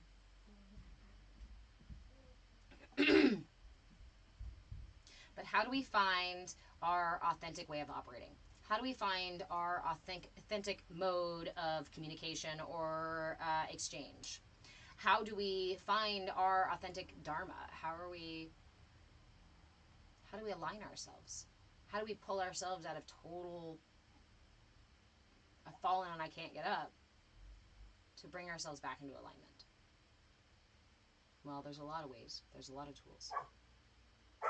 But we start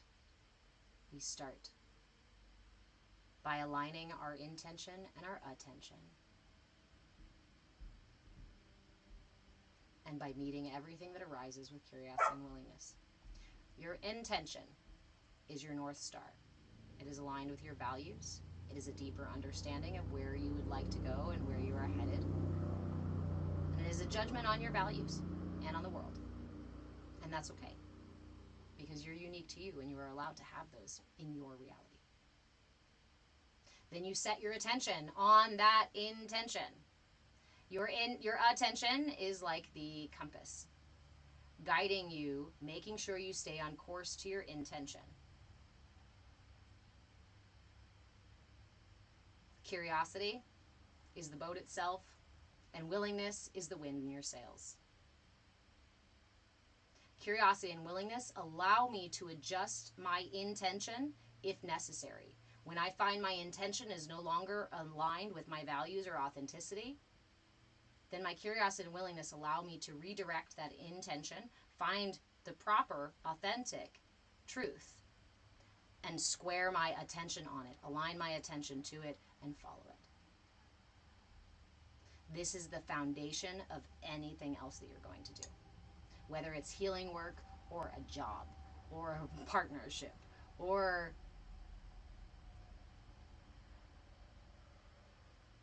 when your intention is misaligned with your values, you go, how the fuck did I get here? I don't understand how I got here. This isn't where I wanted to go. When your attention is not aligned with your intention, same.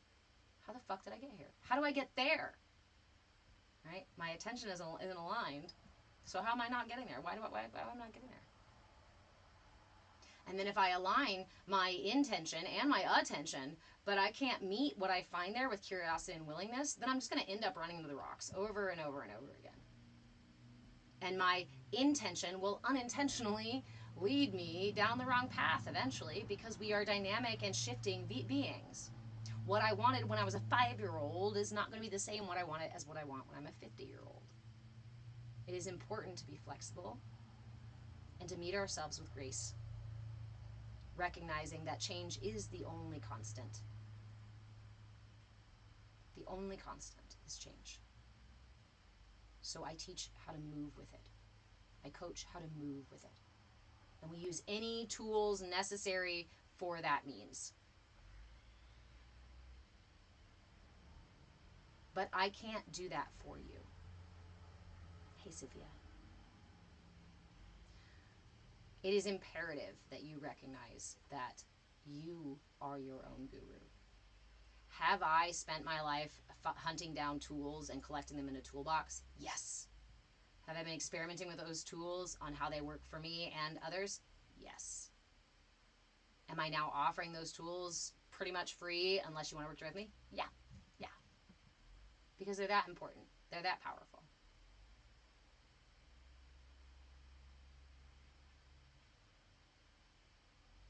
Hey, thanks, Sophia. But ultimately, when it comes down to it, if we're in a coaching session or you're in a therapy session, right? Or you're sitting in meditation following a guru, who is it that has to keep aligning your attention back to your intention? If your intention in meditation, like we did earlier, is to follow the breath, and your attention is everywhere else except your breath, are you following your breath? No. If you want to start getting up earlier or eating differently, you can set an alarm or take all the junk food out of the house or do all of these things to change it. But when it comes down to the moment of getting out of bed, you are the one who has to listen to the alarm, who has to get out of bed. I hope that someday, if not today, you recognize the intrinsic value and the power within you.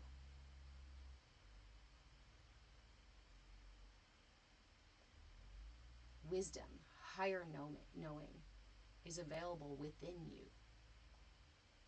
Only you know your truth. Only you can know your truth. We can be mirrors and reflections for each other. But you are a reflection for me, and I am a reflection for you.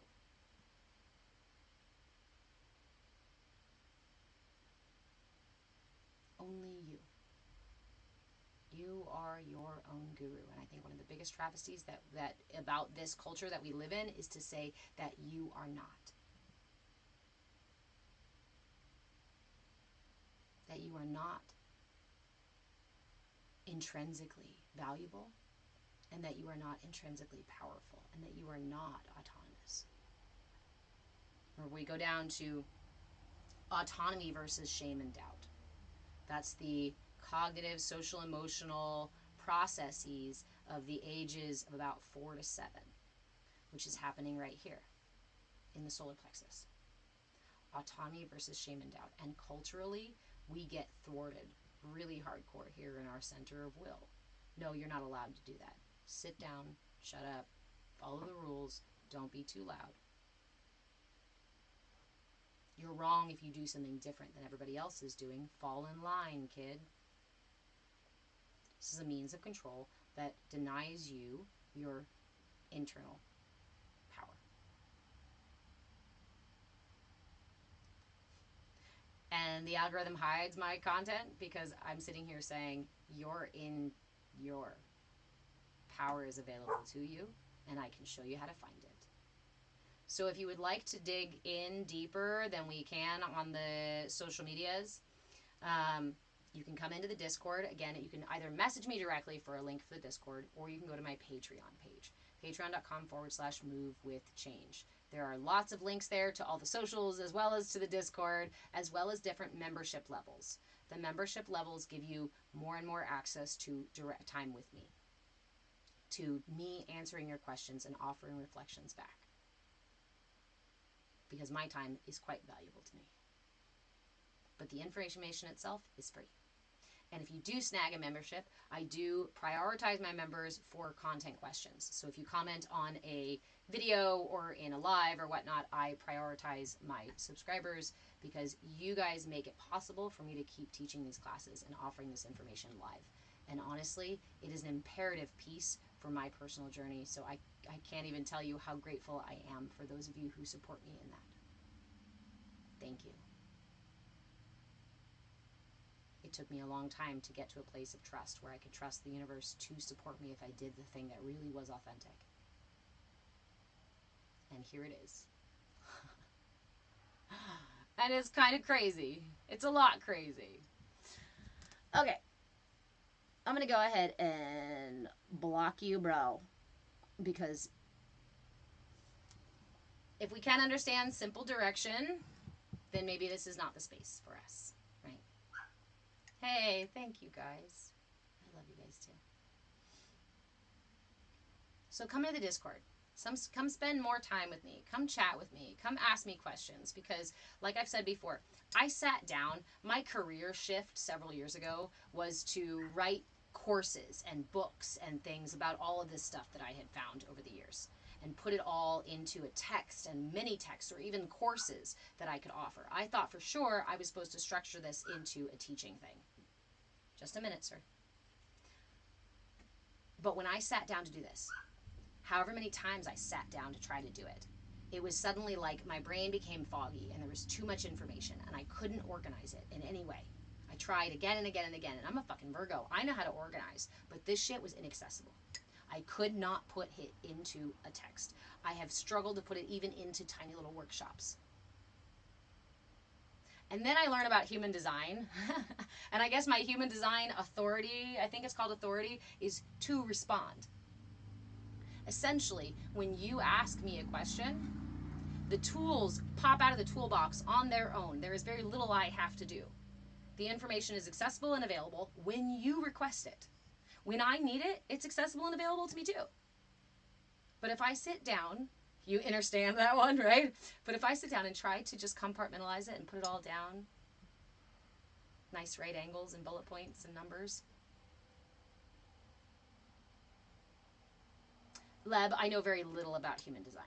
That's all I'll say. I know very little. I know some things about it, but I also know some people who are very good guides with human design. So if you're interested in meeting those people, send me a message. Yeah, human design is really beautiful. I know a lot about astrology. I've been studying astrology for a long time, and it was an easy segue into human design. And I'm exploring those things. But these are all tools for reflections of the self, to see the self in different light. And they point us to what energies are available to us in this lifetime. My favorite discussion, right, is always the one about astrology, where people say astrology is a bunch of bullshit. What do you mean some fucking stars in the sky, blah, blah, blah, blah, blah, right? And my question always is first, does the moon move the tides? We know, right, that the moon is responsible for the tides, yes? And we can measure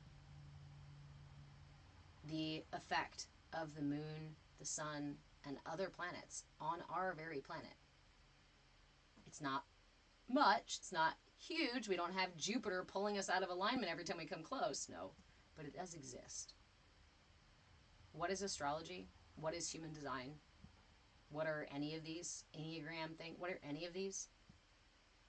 They are a way of looking at the energy available to you in this life and your dharma. Potentially what karma you came with, what karma you're working with, and what dharma is available to you. Oh, thank you, Bridget's daughter. Thank you. Yes, the Discord link is on my Patreon page, patreon.com/move with change. The link is in my bio. Leb, thank you. You just made it so much better. Planetary alignments affect the efficiency and distance of shortwave radios. And we go back to what the heart is. What did we talk about for a while here today? What is the heart? It's an electromagnetic generator. It sends and receives signal. Frequency. Just the same as planets. Just the same as everything else in the universe. All molecules vibrating at different frequencies. Yeah, I do. Like I said, I'm also a Virgo, so like I really, and this, guys, this stuff is from personal experience, from personal exploration. I, in my early years, dealt with a great deal of trauma that caused me to pull my energy all the way up. Pull my energy all the way up into, fuck, I don't even know if it was in my heart or my throat. Way the fuck up here. I had really early spiritual experiences that were really powerful and profound and aligned me with my dharma. But this is part of my dharma, part of my path, part of my experience in this life. It got pulled all the way up here. I had those crazy experiences, right? And then I thought that this was where I needed to be. And so I spent so many years intellectualizing emotions, experience, energy, all of these things. But at the same time, I was also, because of, and listen, I was just talking to somebody about this the other day. I used to say that trauma afforded me a superpower because the degree of the experience when I was young required, for my safety, that I know what mood other people were in before they walked in the room.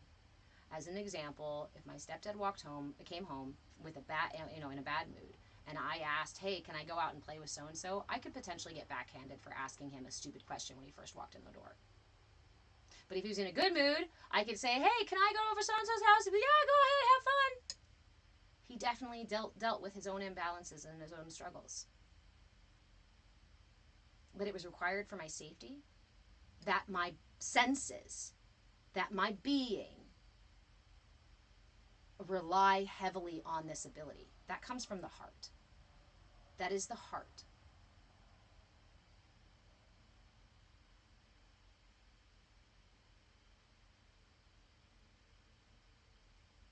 And that is fully available to all of us.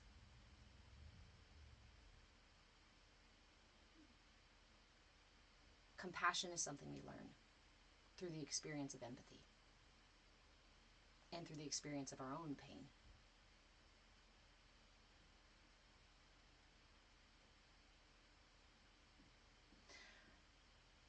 But that pulled my energy all the way up. And I spent all of these years intellectualizing, thinking, learning, using the information, in fact, weaponizing the information, both through judgment of others as well as through force.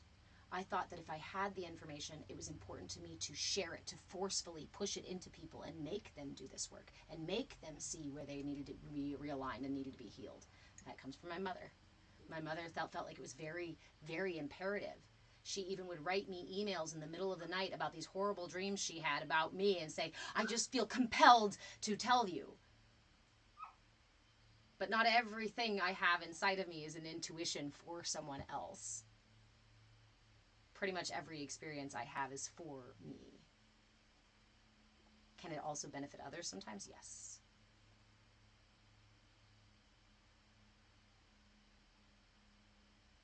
Max, there's no such thing as bad versus good when you look at the subtle layers of reality. And we are not operating in the gross realm of bad versus good, black versus white, right versus wrong. So I weaponized that information and I attacked people with it.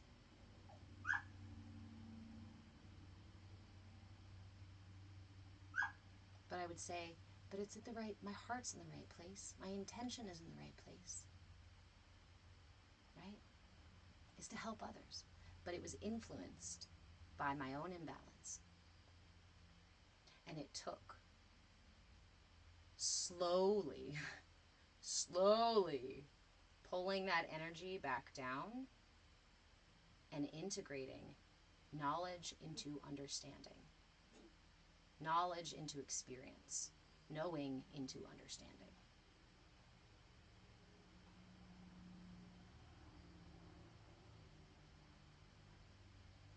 And from a place of understanding, we can begin to integrate and use and appropriately utilize these tools. But it is available to you. Again, I feel that, I don't know if it's somebody in here right now or just in general today, you are not beyond repair. You are not too broken.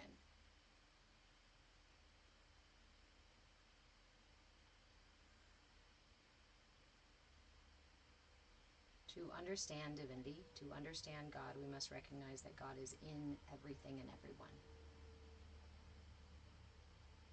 And if you knew, I ask you, if you knew that God was not a being standing in the clouds, up in the sky, way outside, far away from you, who you had to go talk to a priest to communicate with, if you knew that God was listening from right here, that God was feeling and experiencing everything that you went through, everything that you've been through, everything that you feel, everything that you think, everything that you say to yourself. My friend, how would you speak to yourself then?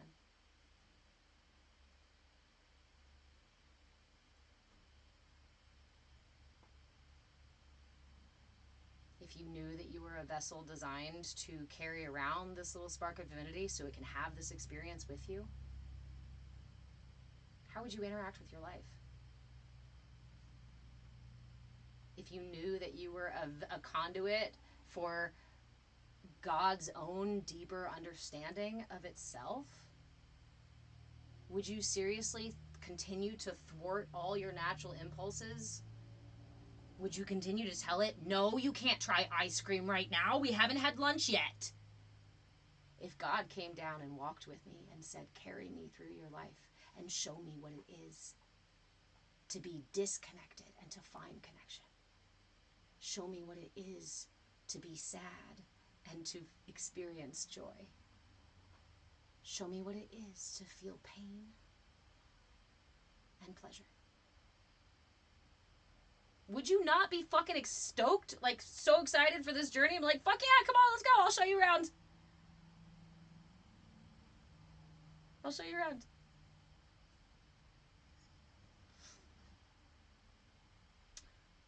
Our left, when you think of left, this is it.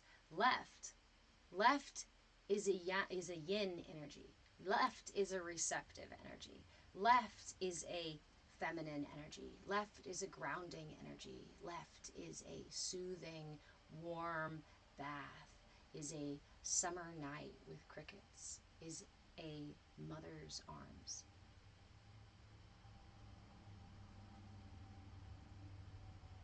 This is the energy of the left. And the energy of the right is a giving energy, is a strong energy, is a carry us forward, is a lift the sun into the sky energy, is a yang, is a lifting, is a rising of heat and the cooling of the night. This duality exists everywhere in our universe, including within you. And if you rely really heavily or lean really heavily to one side of that, then you, my friend, are out of balance, out of the intended balance that your meat bag is intended to be in. This body was not built to ride through life like this. Any doctor, any person will look at you and go, whoa, are you okay? But energetically, we go, yeah, you fucking liberal. How can you even be receptive and open to other people? Obviously, some people are just way better than others. Duh.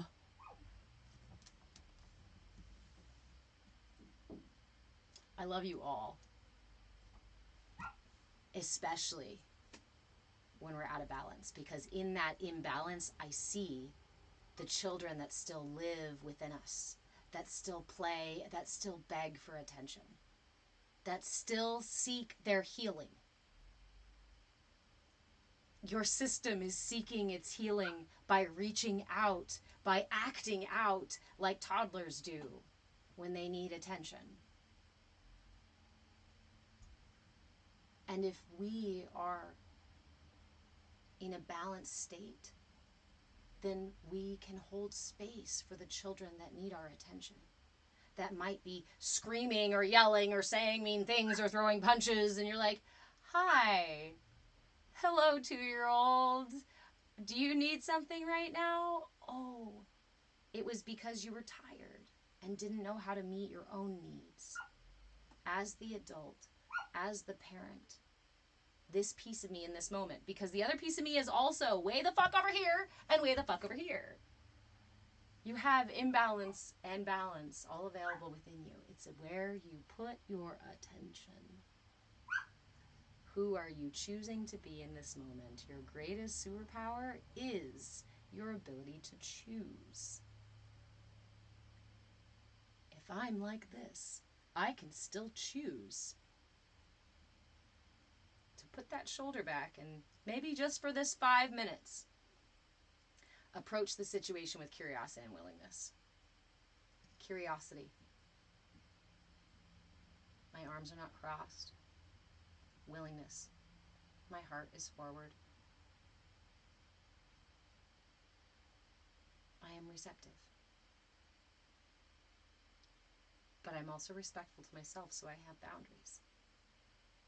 You guys know the story, I love it so much, of the monk sitting in the courtyard. And he's sitting in the marketplace, and he's watching the hustle and bustle go around as he usually does. This is a regular practice for him. And on this particular day, someone came to the market who decided they did not agree with what this monk was doing. In fact, they thought it was completely inappropriate for him to be here, and they were going to give him a piece of his mind. So the guy went over there to the monk, and he started telling him exactly why he didn't agree with him, arguing with him, in fact, belittling him, in fact, trying to verbally accost him to get the guy to get the fuck out of here. He didn't want him here, and he decided that he was right and the monk was not allowed to be here, and he was going to make it so. Of course, throughout most of this, the monk continues with his eye half open meditation, slight smile on his face, right? Just genuinely enjoying just the coming and goings, and this is part of the coming and goings. Finally, this guy gets really loud, gets up in the monk's face and says, "Don't you understand what I'm saying?"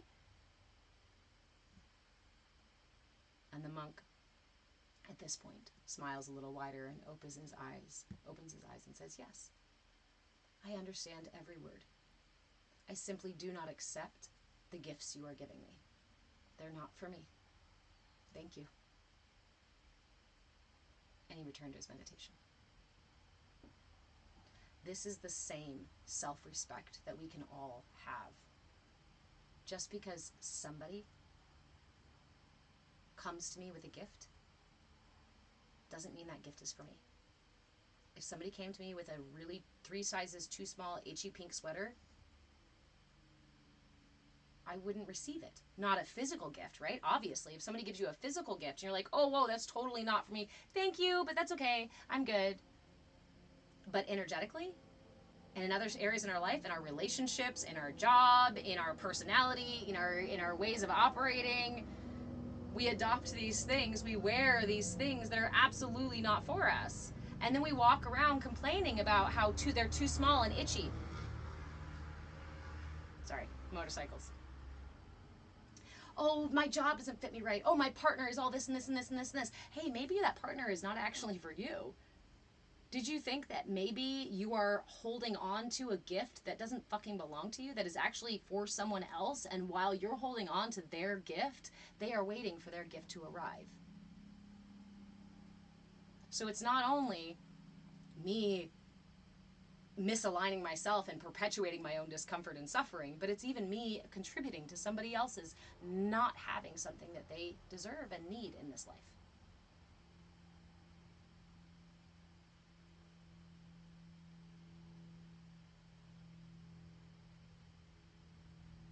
You have the ability to choose.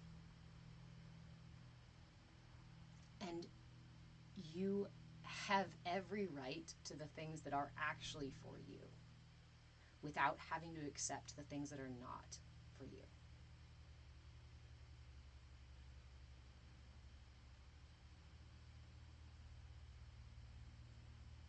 But until we find our inner truth, until we uncover our authenticity, our authentic desires and values and knowing and truths within, then we will not be able to set our intention on what's really for us.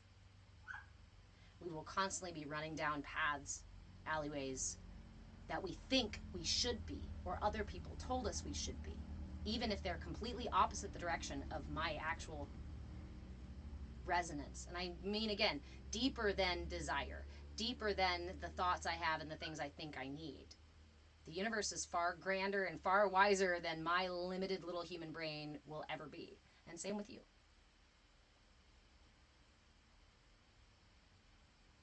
Your eye can only actually see clearly a small pinhole of vision. Your ears can only hear a small fraction of what is fully available in the universe. So when it comes to decision making, is important for you to have a role in it? Yeah, totally. You do have ability to affect your will on the world. But I think it's important that we also leave space for trusting the universe and trusting the greater cycles that are well beyond my understanding, well beyond my ability to perceive them. And I can let that be humbling. I am not God. Therefore, I do not know all of the expansiveness. I am just a drop in this ocean. But through me, and through you, and through the tree, and through the bee, and through the cosmos, God experiences all and knows all. And this is a beautiful journey of sinking into the illusion of separation. Again, to heal, you've got to hurt first. You got to be broken first. To come home to yourself, Frodo would have never came home from his epic journey if he hadn't left the Shire in the first place.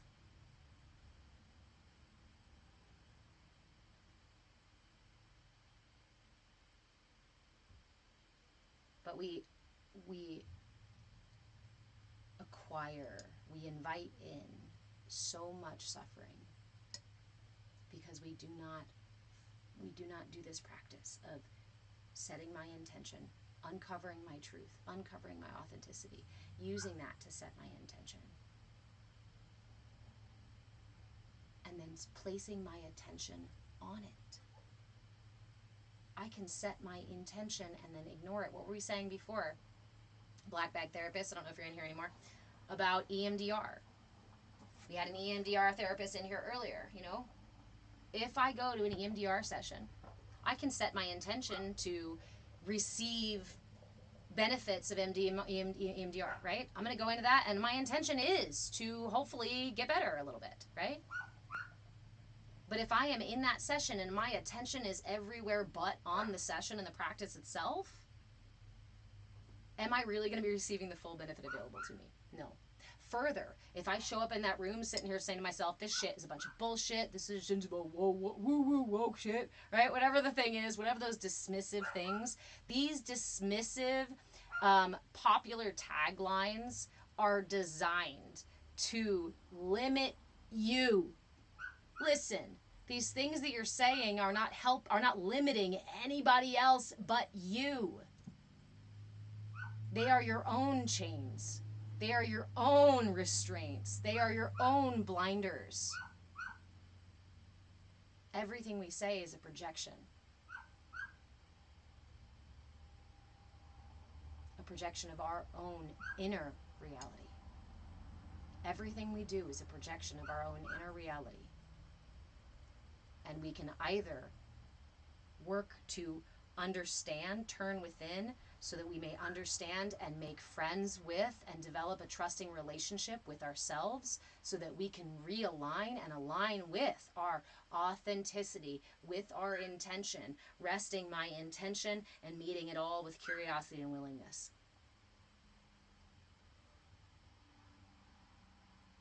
Again, everybody else constructed this vehicle for you.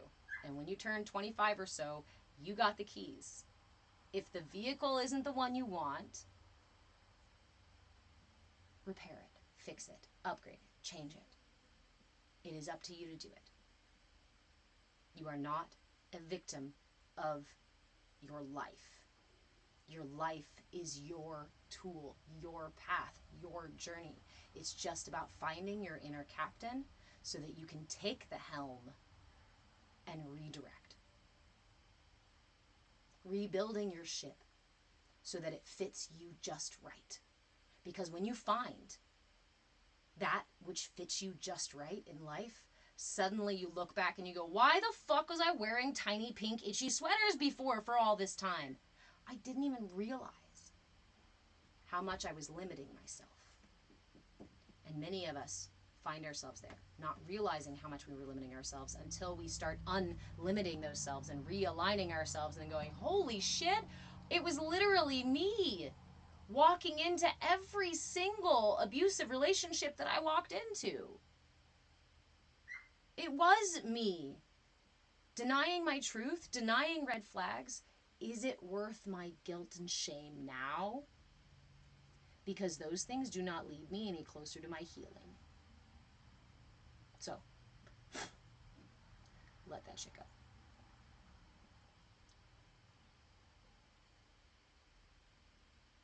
Never shame yourself for the person you had to be to operate in the world that you were in. As your awareness expands, so does your personal responsibility. Most of us operate in triggers and reactions. Reactive, reactive, reactive, repeating actions from past experience. Reactive. As your awareness expands into these programmings, then instead of being reactive, you have the ability to choose to respond. When you expand your awareness enough to give yourself time in the moment to suddenly see things as they arise, you have the choice to respond. And to respond is to be responsible, able to respond. By expanding your awareness, aligning your intention and your attention and curiosity, meeting these things with curiosity and willingness, you cultivate the ability to respond and become responsible for your actions. And that is where your true power and freedom lies. That is where your connection to higher power and higher knowing exists. And I have not yet met a single person who is too lost or too broken to realign themselves.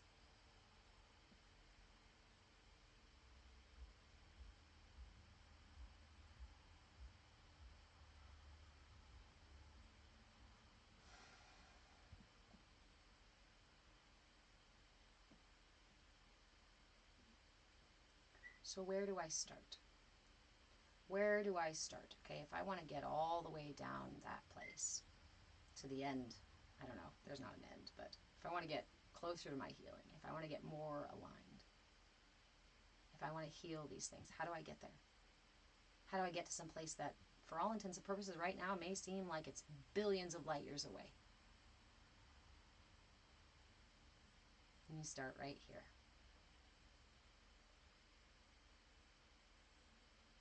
Right here in the heart. The heart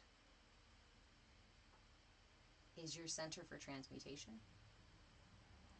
The heart is in terms of the energy body, is where the yin and yang energies come in and come together, come into union. So, talking about the energy body, Polly, you've not met me. I love that argument. You've not met me. No, friend, you're right. I haven't met the unique individual you. But while we are unique unto ourselves, we are made up of many aspects that we all share. And as I said, at this point, up to this point, I have not met anyone that is beyond repair. Because almost always, the belief that I am on beyond repair is just a projection of my need for healing, not an actual assessment of my state of being. If the scales are already tipped, then my measurement will always be askew.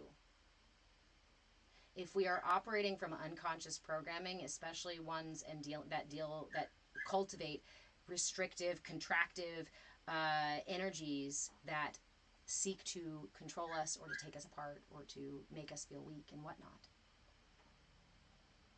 then those scales are tipped. And here's the thing, my friend, too. Beyond that, if you argue for your limitations, they will indeed be yours.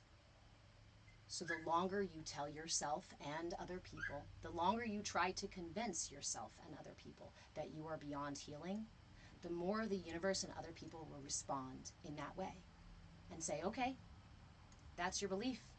Then, okay. The brain is also self-confirming. It looks to be right. And that's a matter of keeping you safe. So it has to be right. So it searches for ways to confirm what you believe. That's what we call self-fulfilling prophecies. Continue. Continue to speak that truth into reality, and you are making a request of the universe. And you're making a request of other people. So do not be surprised when the universe and other people meet you as if you are beyond healing and broken. If you believe that you are bad and worthless, then you will call those things into you. And that is not, again, a point of shame or guilt. It is an opportunity for growth. It is an opportunity for more awareness and an opportunity for realignment. Joni, I just discovered Yoga Nidra. I love Yoga Nidra. I actually was going to start teaching a Yoga Nidra class here in person, but I don't think I'm going to. That said, I might even turn it into an evening live here on the socials so that we can do Yoga Nidra sessions.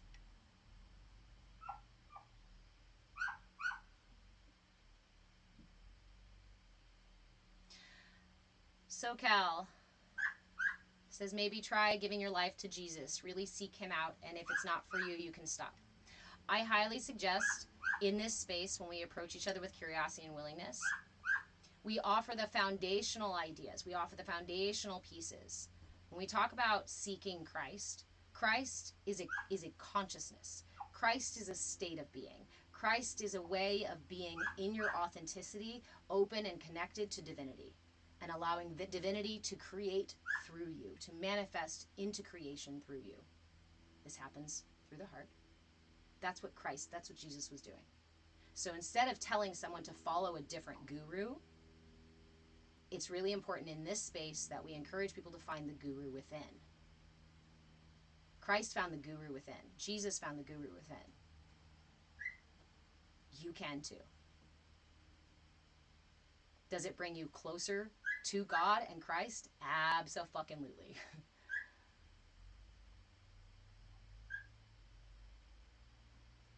But when we put it outside of us and say, seek something outside of you, we are again leading ourselves away from the inner truth that we are seeking, the inner truth that is the foundation for our personal growth and discovery, for our personal evolution, for our personal enlightenment, samadhi, whatever you want to call it, self-actualization.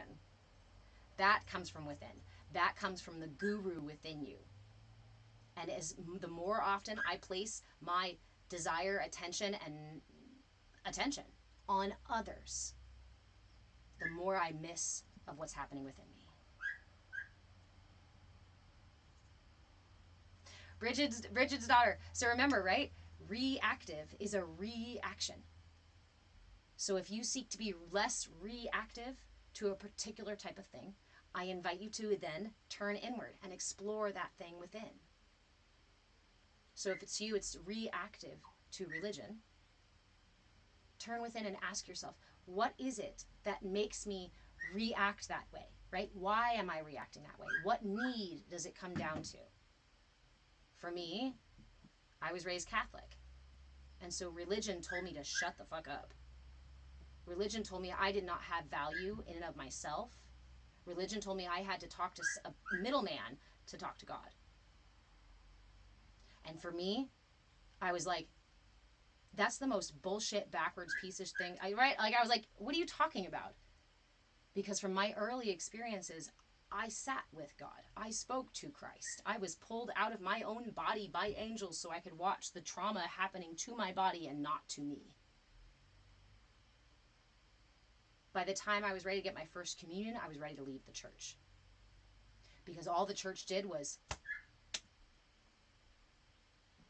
sit down, shut up, follow our rules, and if you question it, you're going to hell. No. That may be your God, and if you choose that God, if you choose that representation of God, it is okay for you to choose that representation of God because maybe there is a gift in it for you. But for me, I know God in a different way. And I am going to follow my truth because it's that truth that has built my personal relationship with God.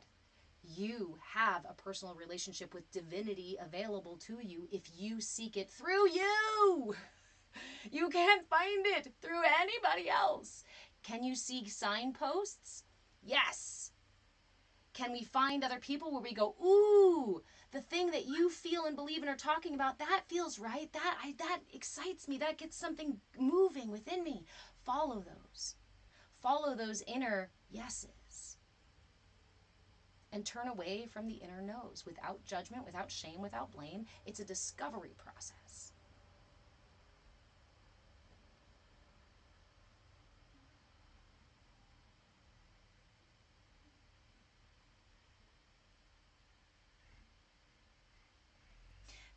Hey, G-Snap, churches are a business.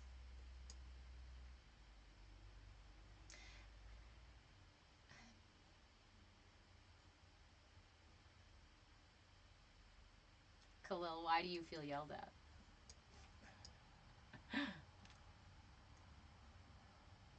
G-Snap, your husband went through leaving his body too. Yeah. But the church had no place for that. The church wanted me to talk about the things that they had in their book and the interpretation that the priest had. But here's the truth: is that I was really lucky because in that state, I was living in Florida at the time, and actually in the Florida Keys, and we were going to the biggest Catholic church in the islands. And if those of you who know Catholicism, you know that there are a lot of strict things about Catholicism. So I was lucky that this church was not the strictest out there. And I was being a normal, petulant preteen, trying to get out of my classes until finally the priest pulled me aside one day and he said, "It seems like you don't want to be here." And for the first time, that was the first time in my life where an adult, someone I actually looked up to and respected, opened up the stage for me, opened up the podium and said, "Tell me how you feel about it. Tell me what's going on with you." And not only did he ask, but he sat there and he listened, and he asked further questions to deepen his understanding of what I was experiencing.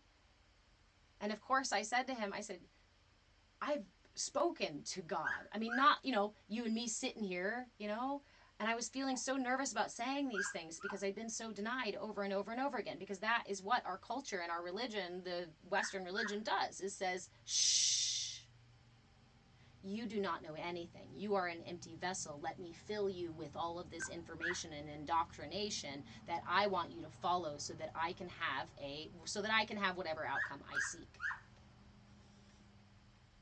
Any attempt to control you is an attempt to control you and receive energy from you, from a finite source from you. We are not meant to control each other, but to find our inner locus of control, to find God within and be led by our own truths. Those own truths are not all my made up ego shit. These truths are in alignment with the higher truths of reality, of the universe. But just because my truth looks like this and your truth looks like this does not mean either one is wrong. Where's my thing? Where's my facet? I don't have it, but we can use this one. If you imagine that all of creation are different parts of this right here. This is creation. The whole of creation right here. My perspective, my spot here on the whole of creation is this like little sliver right in there. That's me. Hi guys. And around me, there are a lot of people who share these perspectives of the universe. There's a whole cluster of us, little tribe right here. On the other side of this reality is someone else with a directly opposite perspective and equally valid. And everyone around them sees this perspective as well. I want to add that we are talking about the crystalline nature of reality. The deeper, expansive, unity, truths within the universe. Not our ego push and pulls, not our attempts to siphon finite energy from others when we are intended, when we are conduits for universal energy. There is a grand amount of misdirection in this finite reality for means of harvesting finite resources. You are not a finite being. Are you in a finite vessel? Yes. Are you using finite tools, your emotions, your brain, your energy, all this stuff in this reality? Yes. It's the nature of being in this reality. If you're going to swim in the pool, you got to get in the water. Sir. No, we have a direct boundary here, a very clear boundary here. Okay, can you go ahead back in the house, please? And I'll be right there. I'm going to finish here at 1 o'clock. 15 minutes. 14 minutes, okay? Okay. I love you. Now, please. Thank you. Love you. Can I maybe watch a show? Just keep swimming. Just keep swimming. Just keep swimming. Can I maybe watch a show? No. Why not? Okay. I love the Dory character because I also feel like if we all could be that present in the moment instead of worrying about tomorrow or yesterday and all that stuff. I guess Dory does a lot of worry about tomorrow, but not a lot of worry about yesterday.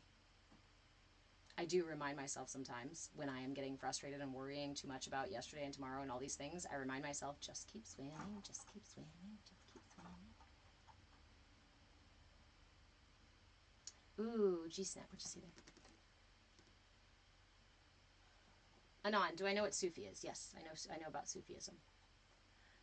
G-Snap, the realm we are from is so much more amazing than this place with understanding simultaneously. We are all just energy. Energy transfers. Energy never dies. You know, the energy, so we understand in quantum physics too, quantum mechanics, that I think it's called quantum entanglement, where two particles at great distances from each other are interacting with each other. So sometimes I think that, you know, you could have been made up of a particle from a galaxy billions of light years away, and a particle from our very sun, and a particle from 6 dimensions over, and our particle from, you know what I mean? Like, you, your unique, beautiful you, could have come from all of these reaches of the universe.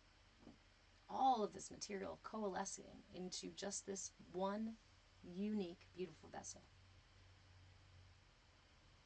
And that experience is our first opportunity